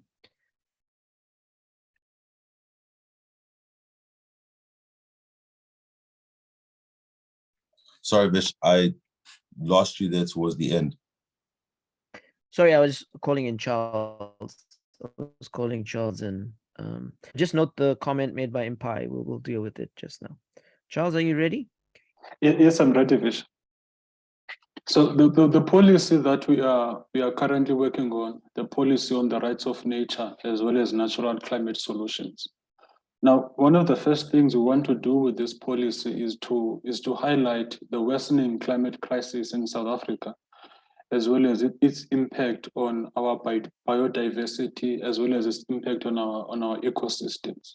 We live in a country where 50% of our ecosystems are already threatened. So with the climate crisis and with climate shocks getting more frequent and intense, we really have to look at how that will impact our ecosystems and our biodiversity. And also with this policy, we challenge conservation. We look at where conservation in South Africa is at the moment. And also we look at some of the legacies of apartheid conservation as well as colonial conservation. And we challenge that, of course, with African eco-philosophy, as well as indigenous forms of conservation. Because our current conservation laws in biodiversity have several loopholes that lead to practices like trophy hunting. We have a loosely regulated wild meat trade, and also we have loosely regulated private game reserves where many of these illegal activities are taking place. So with this policy, then we are looking at what are some of these legal loopholes that have resulted in this, as well as what are the regulation loopholes that need to be fixed in order to make sure that private game reserves are regulated by the state adequately, and that practices like trophy hunting are totally banned, and so on and so forth. We also look at South Africa's international treaties and where they come short in assisting us to protect our biodiversity. And the fact that we are facing an insect apocalypse. We have seen some very troubling reports that within the next 50 years, we could have a huge decimation in the insect population. Now, what will this mean for our food supply? What will it mean for developing food sovereignty? It's going to be one of the biggest threats to our food system, because without pollinators, your food system really stands at the jeopardy. So we also look at the extinction of fauna and megafauna. We also look at bioregions and how we can protect our bioregions at policy level, and how we can develop people's biodiversity registers. As I said, we also look at indigenous ecology and conservation in South Africa through the lens of African ecological philosophy, making sure that we develop a policy primarily based on that. And also we look at whether or not the time has come for South Africa to have an ecocide law in order to deal with the biodiversity loss and in order to deal with the negligence and the issues with the climate crisis. Of course, this is in part with deepening and accelerating the deep just transition, because the rights of nature and natural climate solutions are informed by the Climate Justice Charter as part of our ongoing campaign, as we said at the beginning, our campaign slogan of deepening and accelerating the deep just transition. So that is what we are looking at by developing this policy on the rights of nature, as well as natural climate solutions, developing and designing decolonial conceptions of conservation, looking at different types and kinds of natural climate solutions, ones that are based on respecting the earth limits, ones that are based not just on carbon sequestration, but on protecting biodiversity and ecosystems as a whole. So in brief, that is what the policy is about. Thank you, Vish. Thank you, Charles. So it's by now you're picking up that, you know, we're really trying to do some deep thinking around these issues for the deep just transition. The next big issue that we're biting into is macroeconomics and trying to kind of develop a climate emergency macroeconomic approach for the country. And here Awande has been leading and coordinating our climate justice deal work, which is what the charter also calls for. Over to you, Awande, for some brief highlights. Thank you. The climate justice deal is framed and founded on the structure, the principles, and the alternatives put forward in the systemic plurivision of the charter. And we begin the climate justice deal with the diagnostic overview, looking at climate risk, beginning with some of the environmental impacts from the latest reports.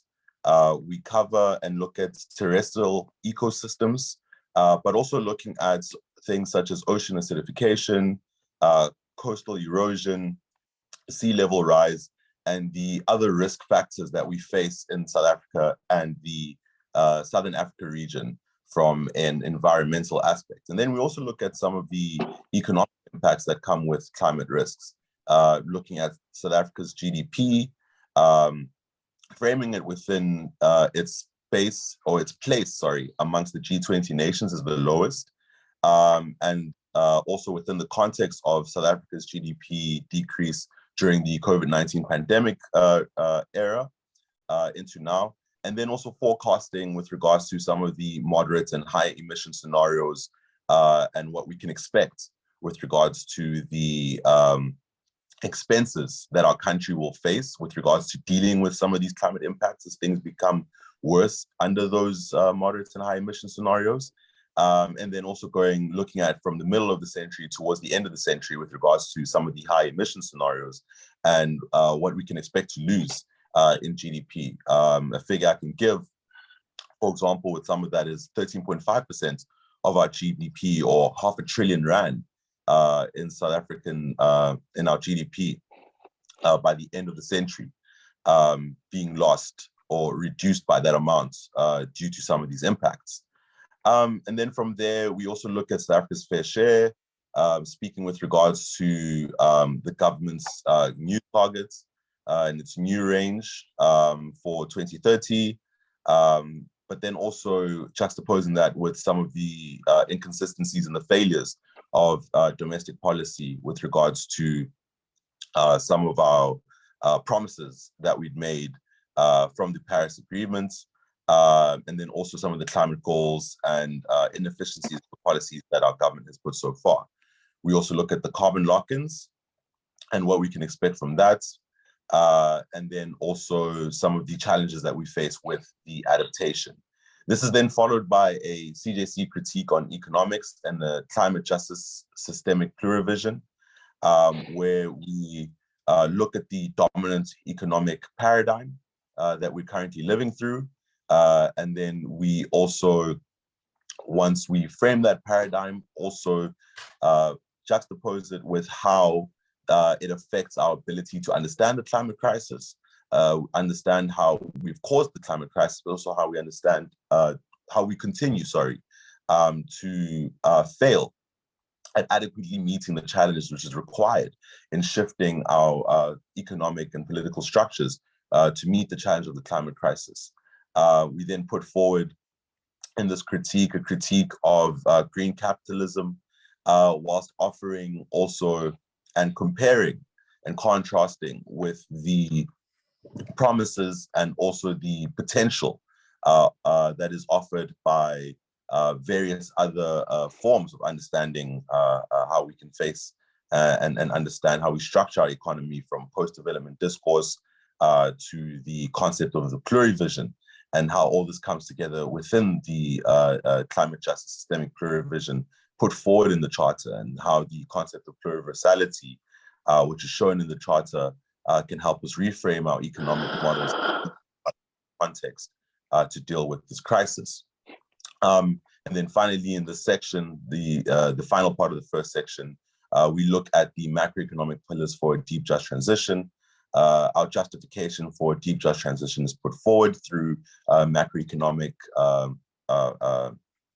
framework, the principles for a deep, just transition, but then the economic principles that must underpin a deep, just transition. And then finally, we move into our next session, which is the different thrusts. And these various thrusts take all the different alternatives, the 14 different alternatives put forward in the Charter, and also some of the policy work that we've already done, but we're continuing to do also to give the pillars of the macroeconomic framework of the climate justice deal. And the first of these thrusts is addressing inequality, which takes the context of inequality within South Africa and presents a number of policy prescriptions to help minimize and deal with inequality within the context of the heating world. This being the universal basic income grants, policies such as the democratic public utilities or universal public services, and jobs guarantees and the climate insurance fund. Decarbonization is the next thrust, where we look, we speak about decarbonization in not just in the narrow term of the energy transition, but also in all the other facets of our society beyond just energy or renewable energy, which are required to foster this process of decarbonization. And then we also have the thrust of zero waste and the policy of zero waste and how we think about zero waste. Ecocentric manufacturing, our next thrust also, looking at the unsustainable economic model we currently live in, the place of an industrial strategy within our climate systemic plurivision, and a new vision and a new mission-based approach to how we see eco-friendly manufacturing, or how it should be framed within building universal sustainable infrastructure, regional power infrastructure and institutions that should be democratically managed by communities, and then also how it will also help to build the environmentally sustainable infrastructure that we require for this new economy. And then we go into financing, where we speak about the different financing options that are available to us through different institutions, and also institutions which would have to be created, such as cooperative banks, estate banks, and restructuring the post bank to work alongside these cooperative banks, alongside other instruments such as taxes, from the corporate taxes to the carbon taxes, but also a mineral fund, which will help also fund and recompensate communities who have been affected historically by extractive practices. And then finally, our final thrust is the democratic planning and a people-driven climate justice state. And under this, we look at policies that foster democratic planning and also set the foundations for a people-driven climate justice state. We look at policies towards reforming how ownership is managed in this country, creating new institutions for putting in place a climate justice deal. And that is also, and also how these institutions that will set forward the climate justice deal will also be institutions that are built to respond to institutional crisis. And I will end there. Great, Awande, Ferial, and Charles. Any comments, questions? This is ongoing work, and we're going to invite all of you to, well, hopefully you've joined the CJCM and to involve yourselves in this kind of policy-making work. We are working on all the other systemic alternatives in the Charter to also translate them into policies. We're working with Alex from the Climate Justice Coalition. We're working with others around public transport, clean energy, etc., etc. So please, comments, questions. Are we on the right track, comrades? Investing this time and trying to figure out our own sort of climate justice solutions. Are these important? Do they help the fight? Comments, questions? Okay, Janet says, yes, definitely on the right track. Anybody else? Comrades, the challenge before us is huge. It's big, okay?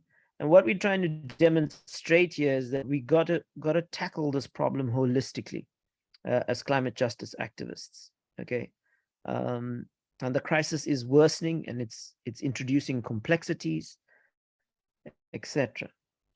Okay, if there aren't any comments, questions, we'll revisit this issue just now, but I'm going to hand over to Charles, and he'll be wrapping up the second part of our program, and I'll make some concluding remarks. Over to you, Charles. Thank you so much, Sunny, we'll Vish. get to that question.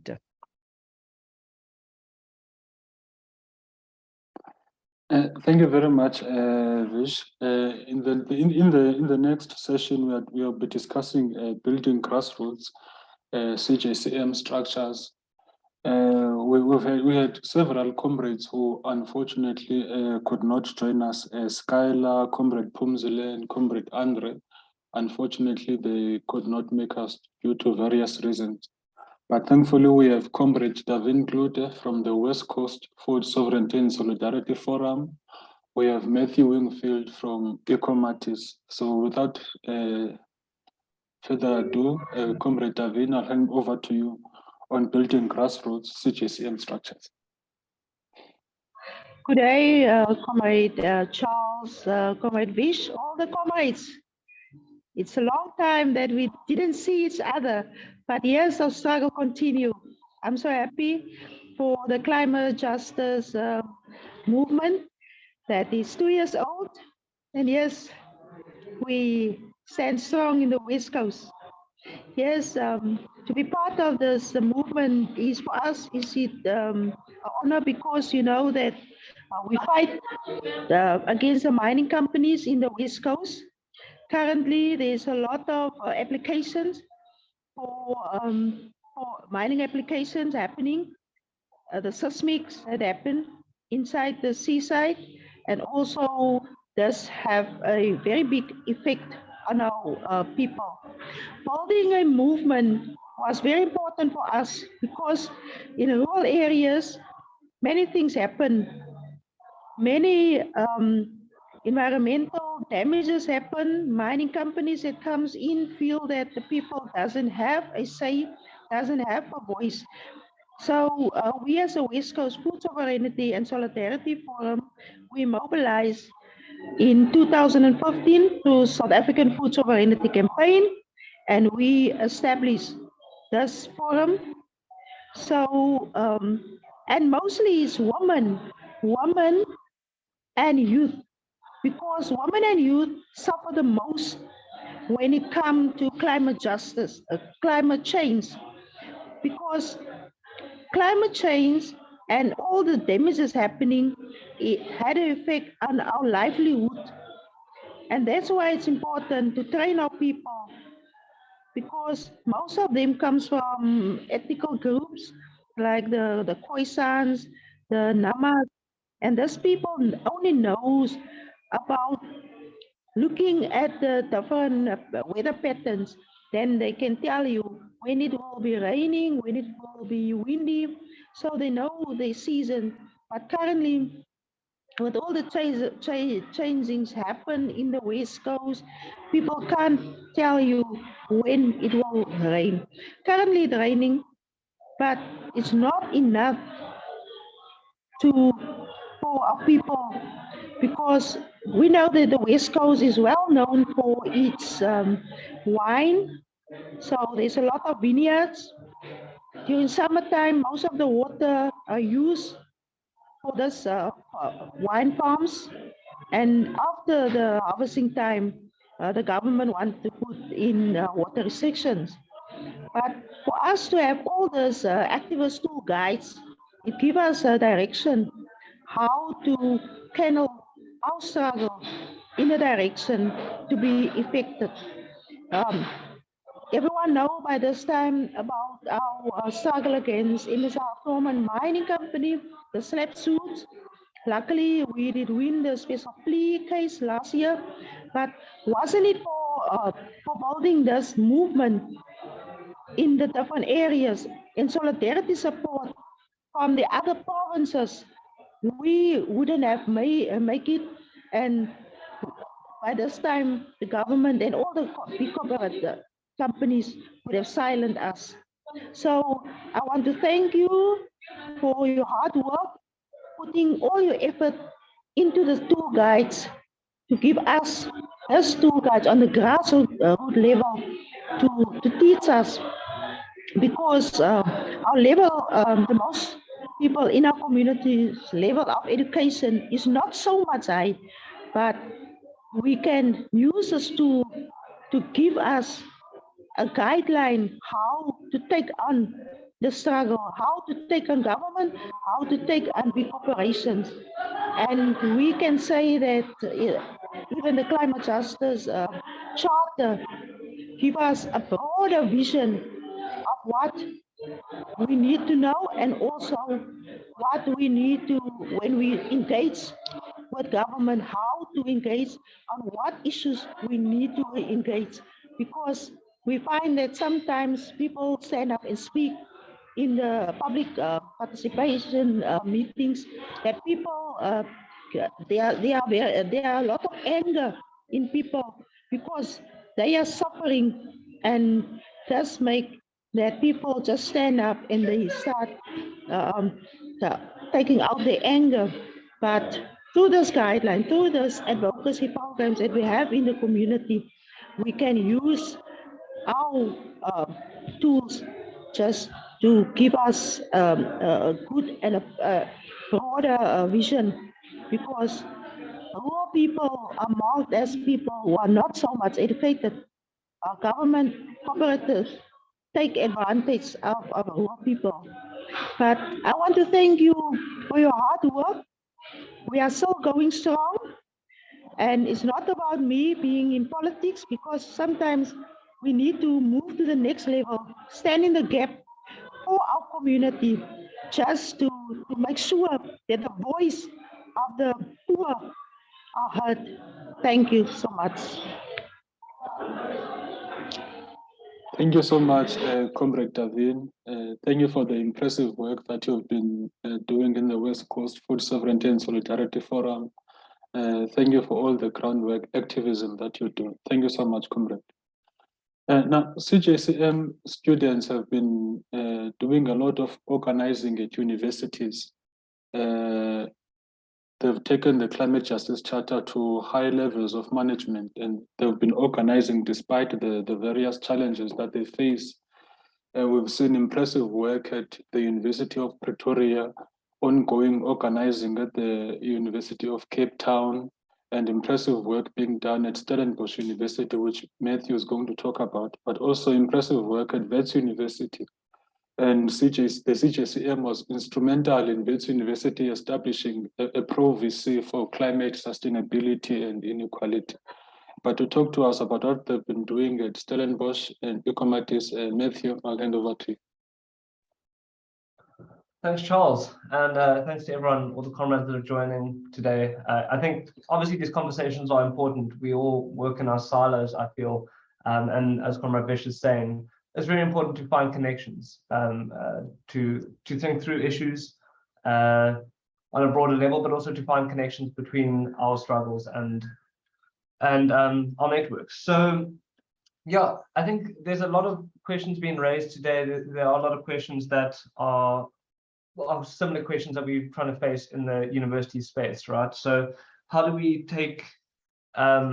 build the movement? Sunny's question, how do we build the movement? How do we incorporate more people? A question which very much we are facing in the university space. So just my experience working in the university space around climate justice issues is quite isolating. And it's always filtered through this lens of, okay, this is an academic space, and academics will approach the climate crisis. Well, actually not the climate crisis, more like the slow climate issues that we are facing. There's no crisis talk at the university, but we'll face them through research. We will write our articles, and that will bring down a trickle-down effect, and we'll fix it. So what we're trying to do as students is to try and create a politics around climate justice and create awareness, but also more of an emergency sort of framework to work through.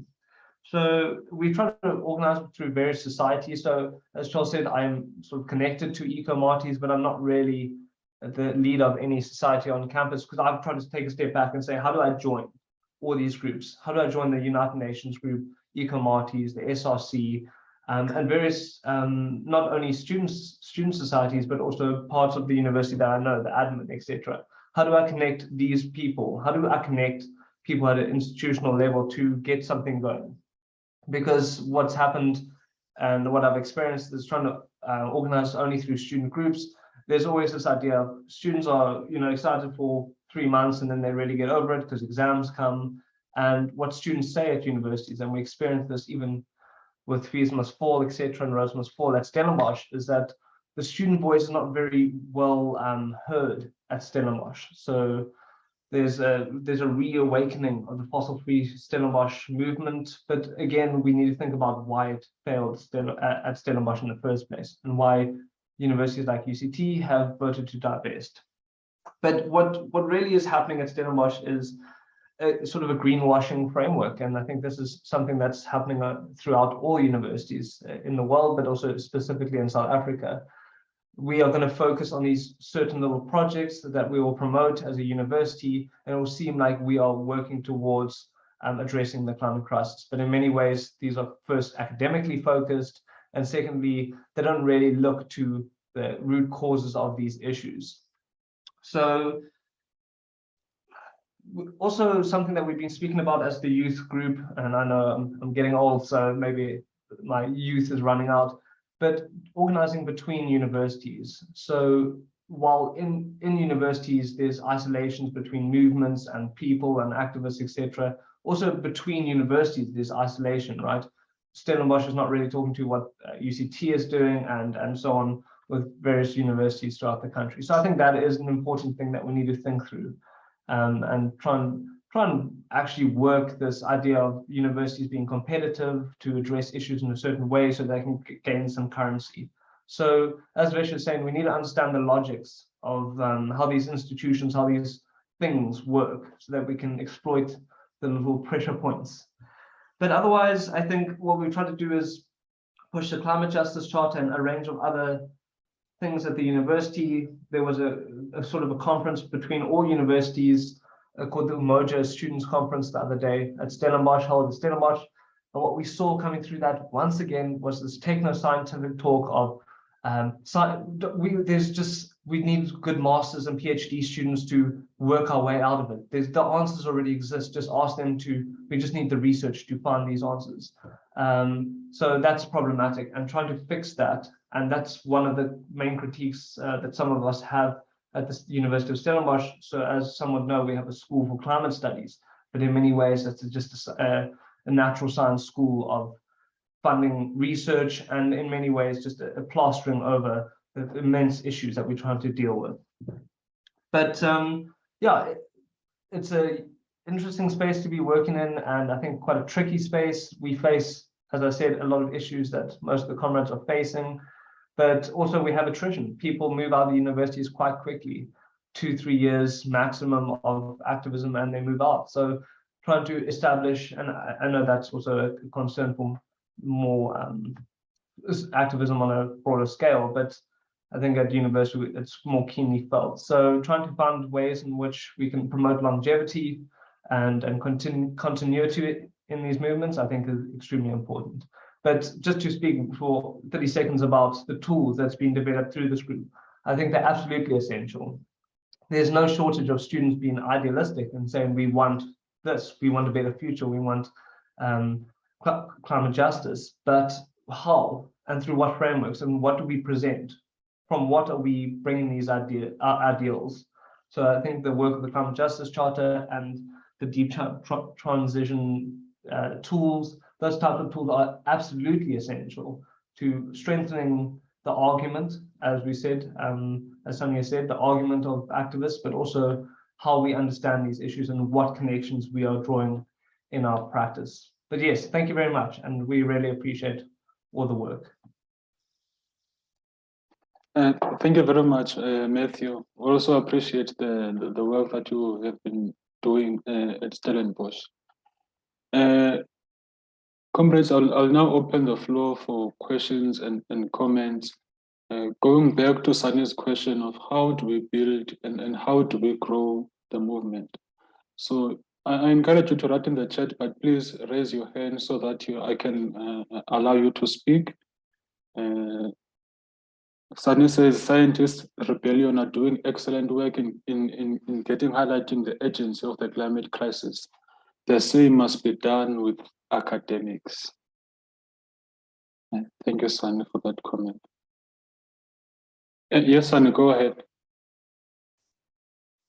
Comrades, this is also a space of learning and a space of encouragement. So I want to respect all of the work that's already been done, but I'm really, really concerned, and I talk about this at every opportunity, that we're simply not successful enough in growing the movement organically at grassroots levels. So of course we have hundreds of supporters and probably thousands, but we really need to be able to talk about how we can take this discussion out of forums like this, academic forums, small, and I'm not going to say silos because we do cooperate with each other, but really being critical of the fact that we have not yet found the magic bullet that can take this discussion around the climate crisis to really thousands and thousands of people or hundreds of thousands of people. I don't have the answer. I just want to encourage us that we must be conscious that it really isn't big enough to make a difference yet.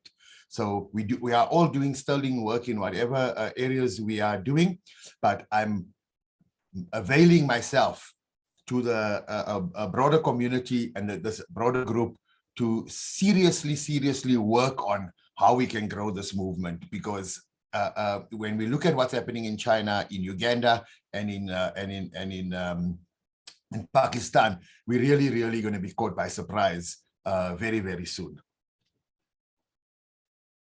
Thank you so much, Sunny. Davin?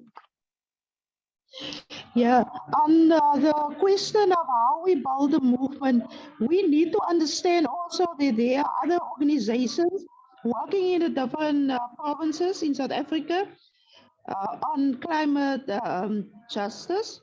So to be in solidarity with each other, working together, that is, for me, that is building this movement.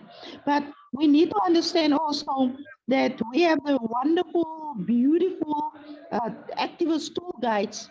Even when I go to other countries for La Via Campesina, I take a brag about our climate justice and all those activist tools and sharing the tool with other countries, other people inside South Africa, other movements that are not part of South African Food Sovereignty Campaign or climate justice movement, but this tools is a thing that many of the organizations don't have. So that is how we build the movement, and that is very, for me, that is powerful. The tools are powerful just to say it. We won't have the whole world to be part and parcel of climate justice movement, but to be in solidarity with other movements and also organizations, we can share the tools. Thank you. Thank you so much, Comrade Davin. Janet, over to you. Yeah, thanks, Charles. I'm just responding to Sunny's question about how do we bring in thousands of people into this campaign? And I think the answer lies in the campaign has to benefit people really materially and practically. So people need electricity, they need food, they need water. You know, these are basic needs. And I think the campaign should be more practical in terms of demonstrating and giving access to people and having demands which enable people to have access to things and to participate in that process. I'm just thinking, like, I think this is the answer, you know, like that we make small but concrete gains. That's my idea. Thanks. Thank you so much. Thank you so much, Janet. Thank you so much for the comrades who have thus spoken. Yes, Comrade Desmond, the floor is yours. Look, movement building is never going to be easy. It has to be at grassroots level. It's about also the issues that you talk to people, but people need to understand how the issues are linked. Especially when you come with the environmental issues and biodiversity, and all the people think, oh, you don't have to have houses or you don't have to have jobs. I think it's hard work, but at the same time, at this time, it's needed.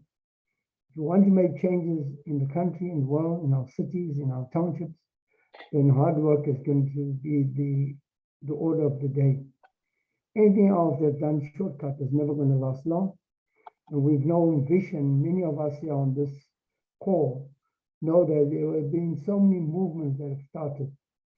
It just disappeared because the foundation was not right. We have to start looking at the foundation that we build, our actions, and how we become inclusive, and how we tolerate one another, and where does the energy lie?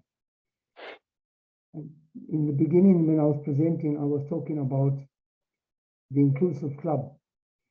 The inclusive club means that nobody out there is your enemy. You know, I've never worked with traditional healers for the 27 years I've been in environmental justice. But I realized in the last 2 years that, you know, they can play a major role, especially if you educate them and make them understand about the ocean, because they're baptized in the ocean, they drink their water for healing, and they do a whole lot of stuff in the ocean. But because they've been marginalized and there's a stigma to it, people don't talk to those people. So how do you engage and how do you talk? How do you make them feel that they're comfortable, that their issue is important as well, that they're part of the ocean people? Another one, government wants them anyway. Government will talk about tourism, but when they see traditional healers, they keep them away. I think it's a hard work, but also we're going to have to bow. You know, there are successes in other parts of the continent. There are successes in other parts of the world. And we're going to have to do the hard work, but with a different approach. The old ways of doing things ain't going to work anymore. The young people, we're going to have to get them in. You know, and I talk about how we had to go and teach the young children in the townships, in the rural areas, about fishing. They didn't know about fishing. We started to teach them about mentoring and fishing and giving them the rods. So now the kids understand about the ocean and the importance of the ocean. So we have to find different ways, creative ways. And once they understand it and get involved and they see they have a role to play in the ocean, let me tell you, the soldiers will come out of their book, they will fight on. Yeah. These are some of the examples. You know, there's tons of examples in the work we do about building the movement. So yeah, it's growing. I mean, never before has the entire coastline been so alert, been so alive. Every community on the coastline understands the greed and the rush for these big oil corporations to destroy the ocean, and everybody wants to push back on that. Not only surfers and people that love the ocean, but everyone. And that's because you're involved in the conversation. And that's going to be critical and important. And if you want to go forward, we have to build on all that and work hard on that. Yeah. Thank you very much, Comrade Desmond. Very important input. Etheria? Thanks, Comrade Charles. Yeah, I mean, I just want to second Comrade Des. I think those are words of wisdom, of course, and experience. I mean, I think that, you know, I don't think we must get despondent, because if I think about when I first started working on climate change, nobody was talking about climate change, not the media, not people we were working with. And in the years, it has grown and knowledge has grown. And I think it's because of the different work that people are doing. But I think also Des raises an important point, which is we mustn't forget old school, old ways of mobilizing. And I think that sometimes we forget, whether it's online or offline or whatever, in person, but it's about creating awareness.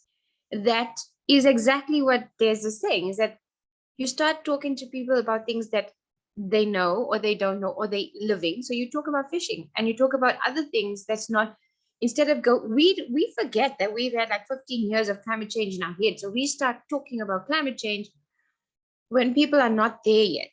And that's the basic kind of, and I think comrades like Daveen and people in movements are doing that. It's the basic mobilization that we need to remember has to happen.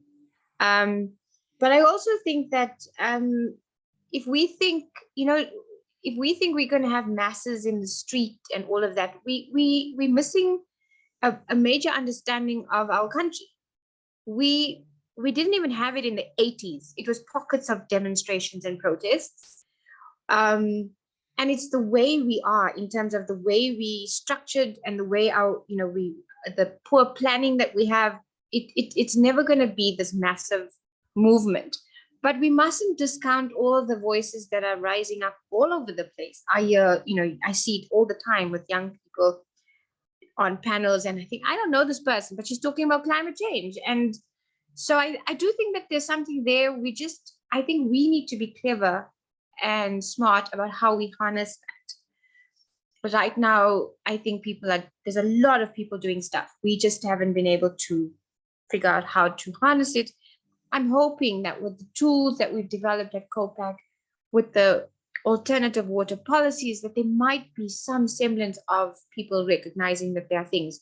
And right now, I mean, whatever movement people are involved in, it's great.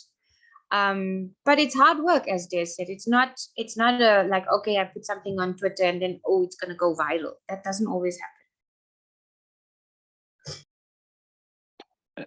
Thank you so much, Comrade Ferial, Comrade Bai, and then Comrade Des.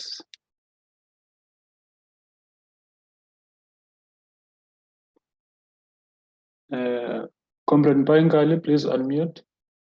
No, it's Temba. Hello. Okay, go ahead, Comrade. It's not Bai. Okay, Comrade. Good afternoon. Thank you for the interaction. Thank you for the invitation extended to us. We are an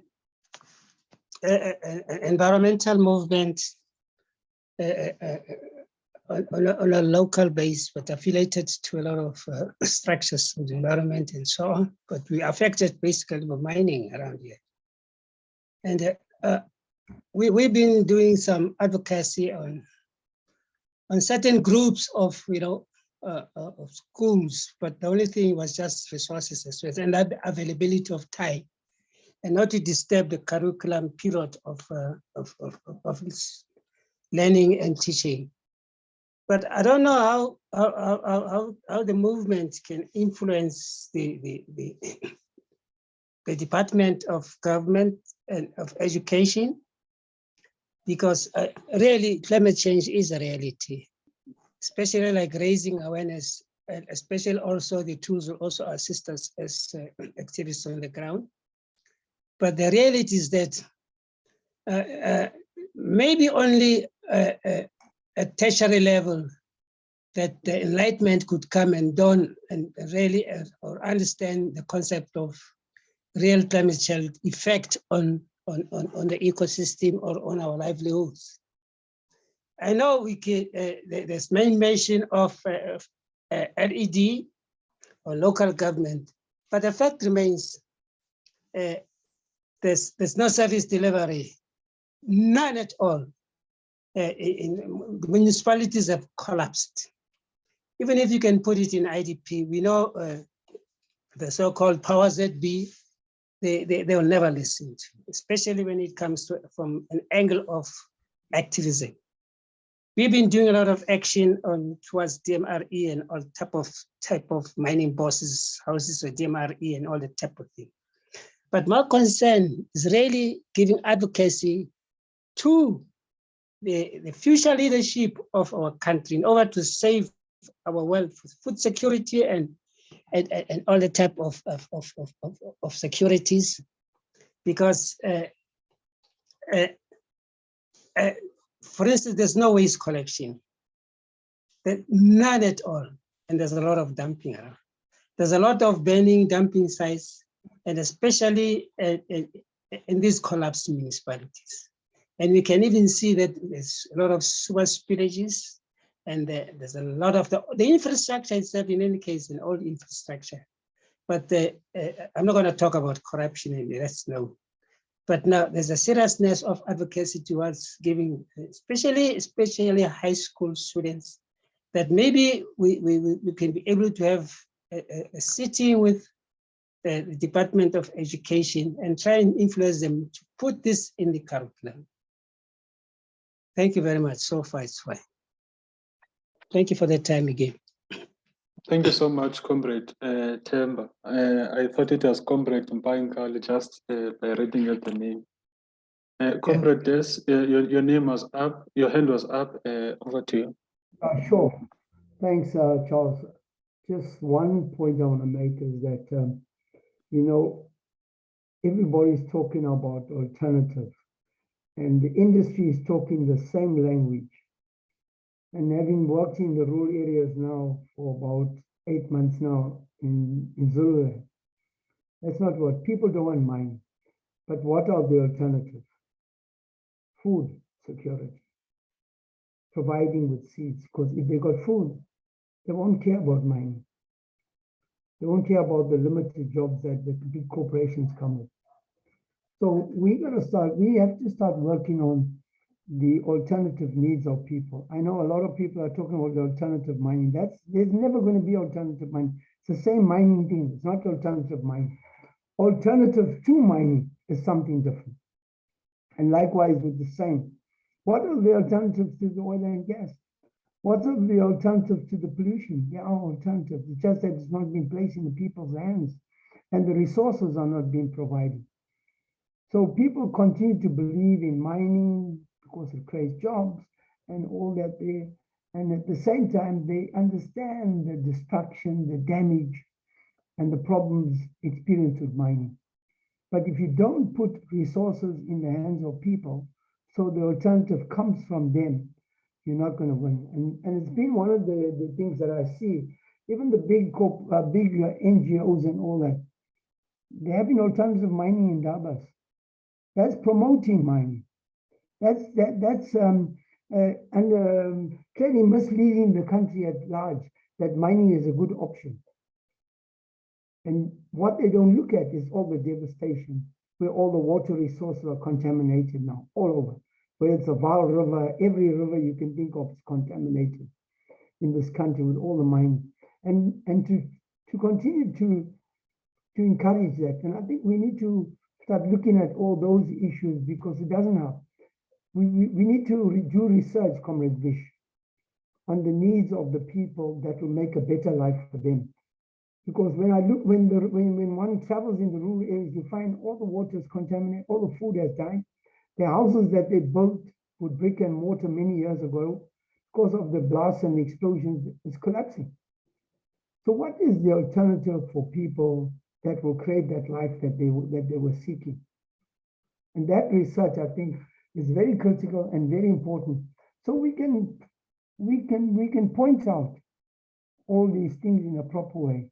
I know some of the groups that are working in mining, but I think that this is more about what people had and what they're going through now. And how the land, this is under the disguise of land expropriation and all that there. It's a land grab. And they're giving the land to all these big mining corporations that come from all over the world because they're allowed to mine in South Africa. It's a land grab and it's also the ocean grab. That needs to be looked at. We've seen how the land grab has done damage in this country to people. We've seen what it continues to do, and it's still going to continue in the future because Grady and company and Cyril and them are hell-bent on mining. And now we're going to see the ocean being taken, our mountains and all that. So that research is quite big. And if we can bring it down to local people, to the issues, to the local knowledge of people, I can tell you now, people are going to push back if they know what it is and they understand it. And if they know that they can have alternatives, they've had it in the past. People have lived on food, on their own homegrown food gardens that they had. They lived on medication from the traditional trees and all that. And that's all been taken away. And in a space, we've had industrial forests. We've had the water resources dry up. We've had droughts. We've had no food. People are moving away from the rural areas because there's no food to plant. So those sort of things, how can we get back to that? How can we encourage our people to stay in the land, keep the land and hold on to the land and not allow mining? It's going to be critical and important. Thank you so much. Thank you so much, Comrade Des. Those are very important inputs. It's important also for us to remember, Comrade Makele, I'll come to you just now. I think all comrades have been echoing the same thing, and that is grassroots activism. I mean, the Climate Justice Charter itself is a product of grassroots activism, years of campaigning with drought-affected communities, And we've been working with local activists, with activists across the country in building climate justice charter, CJCM forums. And I'd really love to, it's a pity firstly that some of the comrades who have been working on building CJCM forums in their local communities could not be here today. Comrade Andre, for example, working with young people in Cape Town. I believe today they're also having some garden sessions. Comrade Tulani in Gomani, they're having some activist climate change conscious campaigns over there. Comrade Nosinto has been working hard with people with disabilities as well as with young children. So the CJCM itself is a product of grassroots activism. But as we have been discussing, how do we then take that to the next level, and how do we consolidate? And the idea that we have is that of establishing climate justice charter movement forums in different localities. We have the major CJCM National Forum where we all meet and deal with issues of climate change, the climate crisis. But local forums are important because local forums will be based on the pertinent issues in those communities. Most communities, for example, are facing problems of water, as Comrade Des have been saying. Other communities are fighting against these minings that the government is pushing forth, etc., etc. So we need to consolidate now and start building climate justice charter movement forums in different localities, so that we strengthen the movement further. And I would love to hear your opinions, comrades, your inputs on CJCM forums. Comrade Mokela, your hand was up. You can unmute. No, thank you, comrade. And let me thanks the panelists today with very well-informed presentations that they have presented to us today. They were very fruitful. Mine, I was just going to ask on the policies, especially on the one with the water policies. Are you, is the CJCM only focusing on water provision, not reserve? Because now I remember we had some time ago, it was last year, our comrades were trained for the alien plants removal, because as we know that South Africa is a water scarcity country.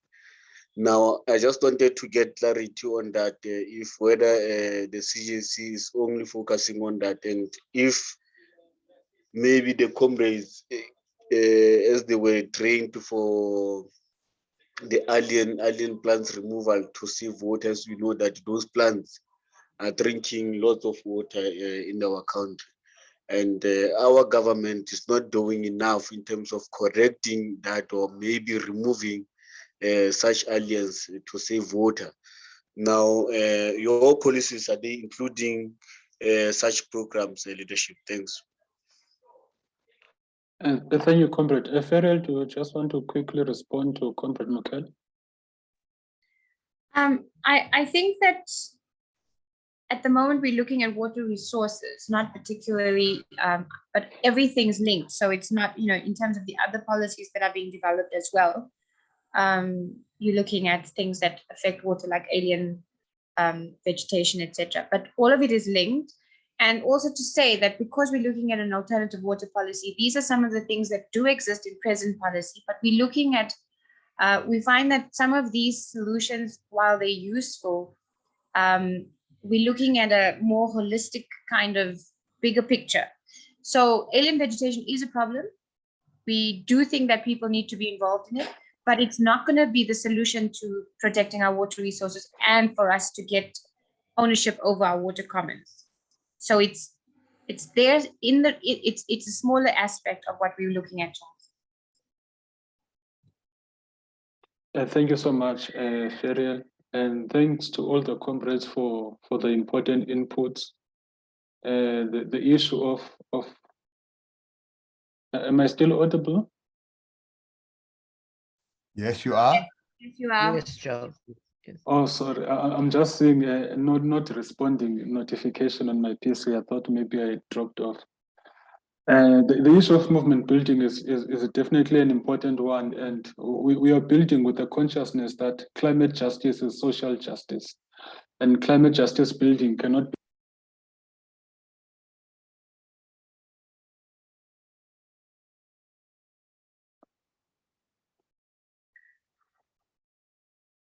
All right.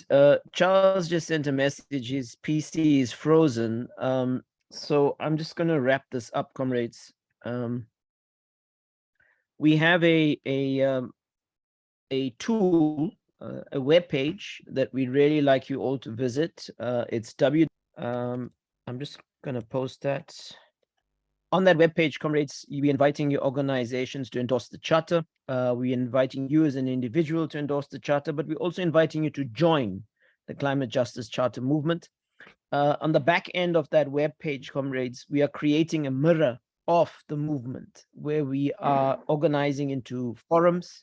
We are organizing our policy work, our education work, etc. So that invite stands, and this relates directly to what Des was saying. I just want to just give some summary sort of observations on our past few hours.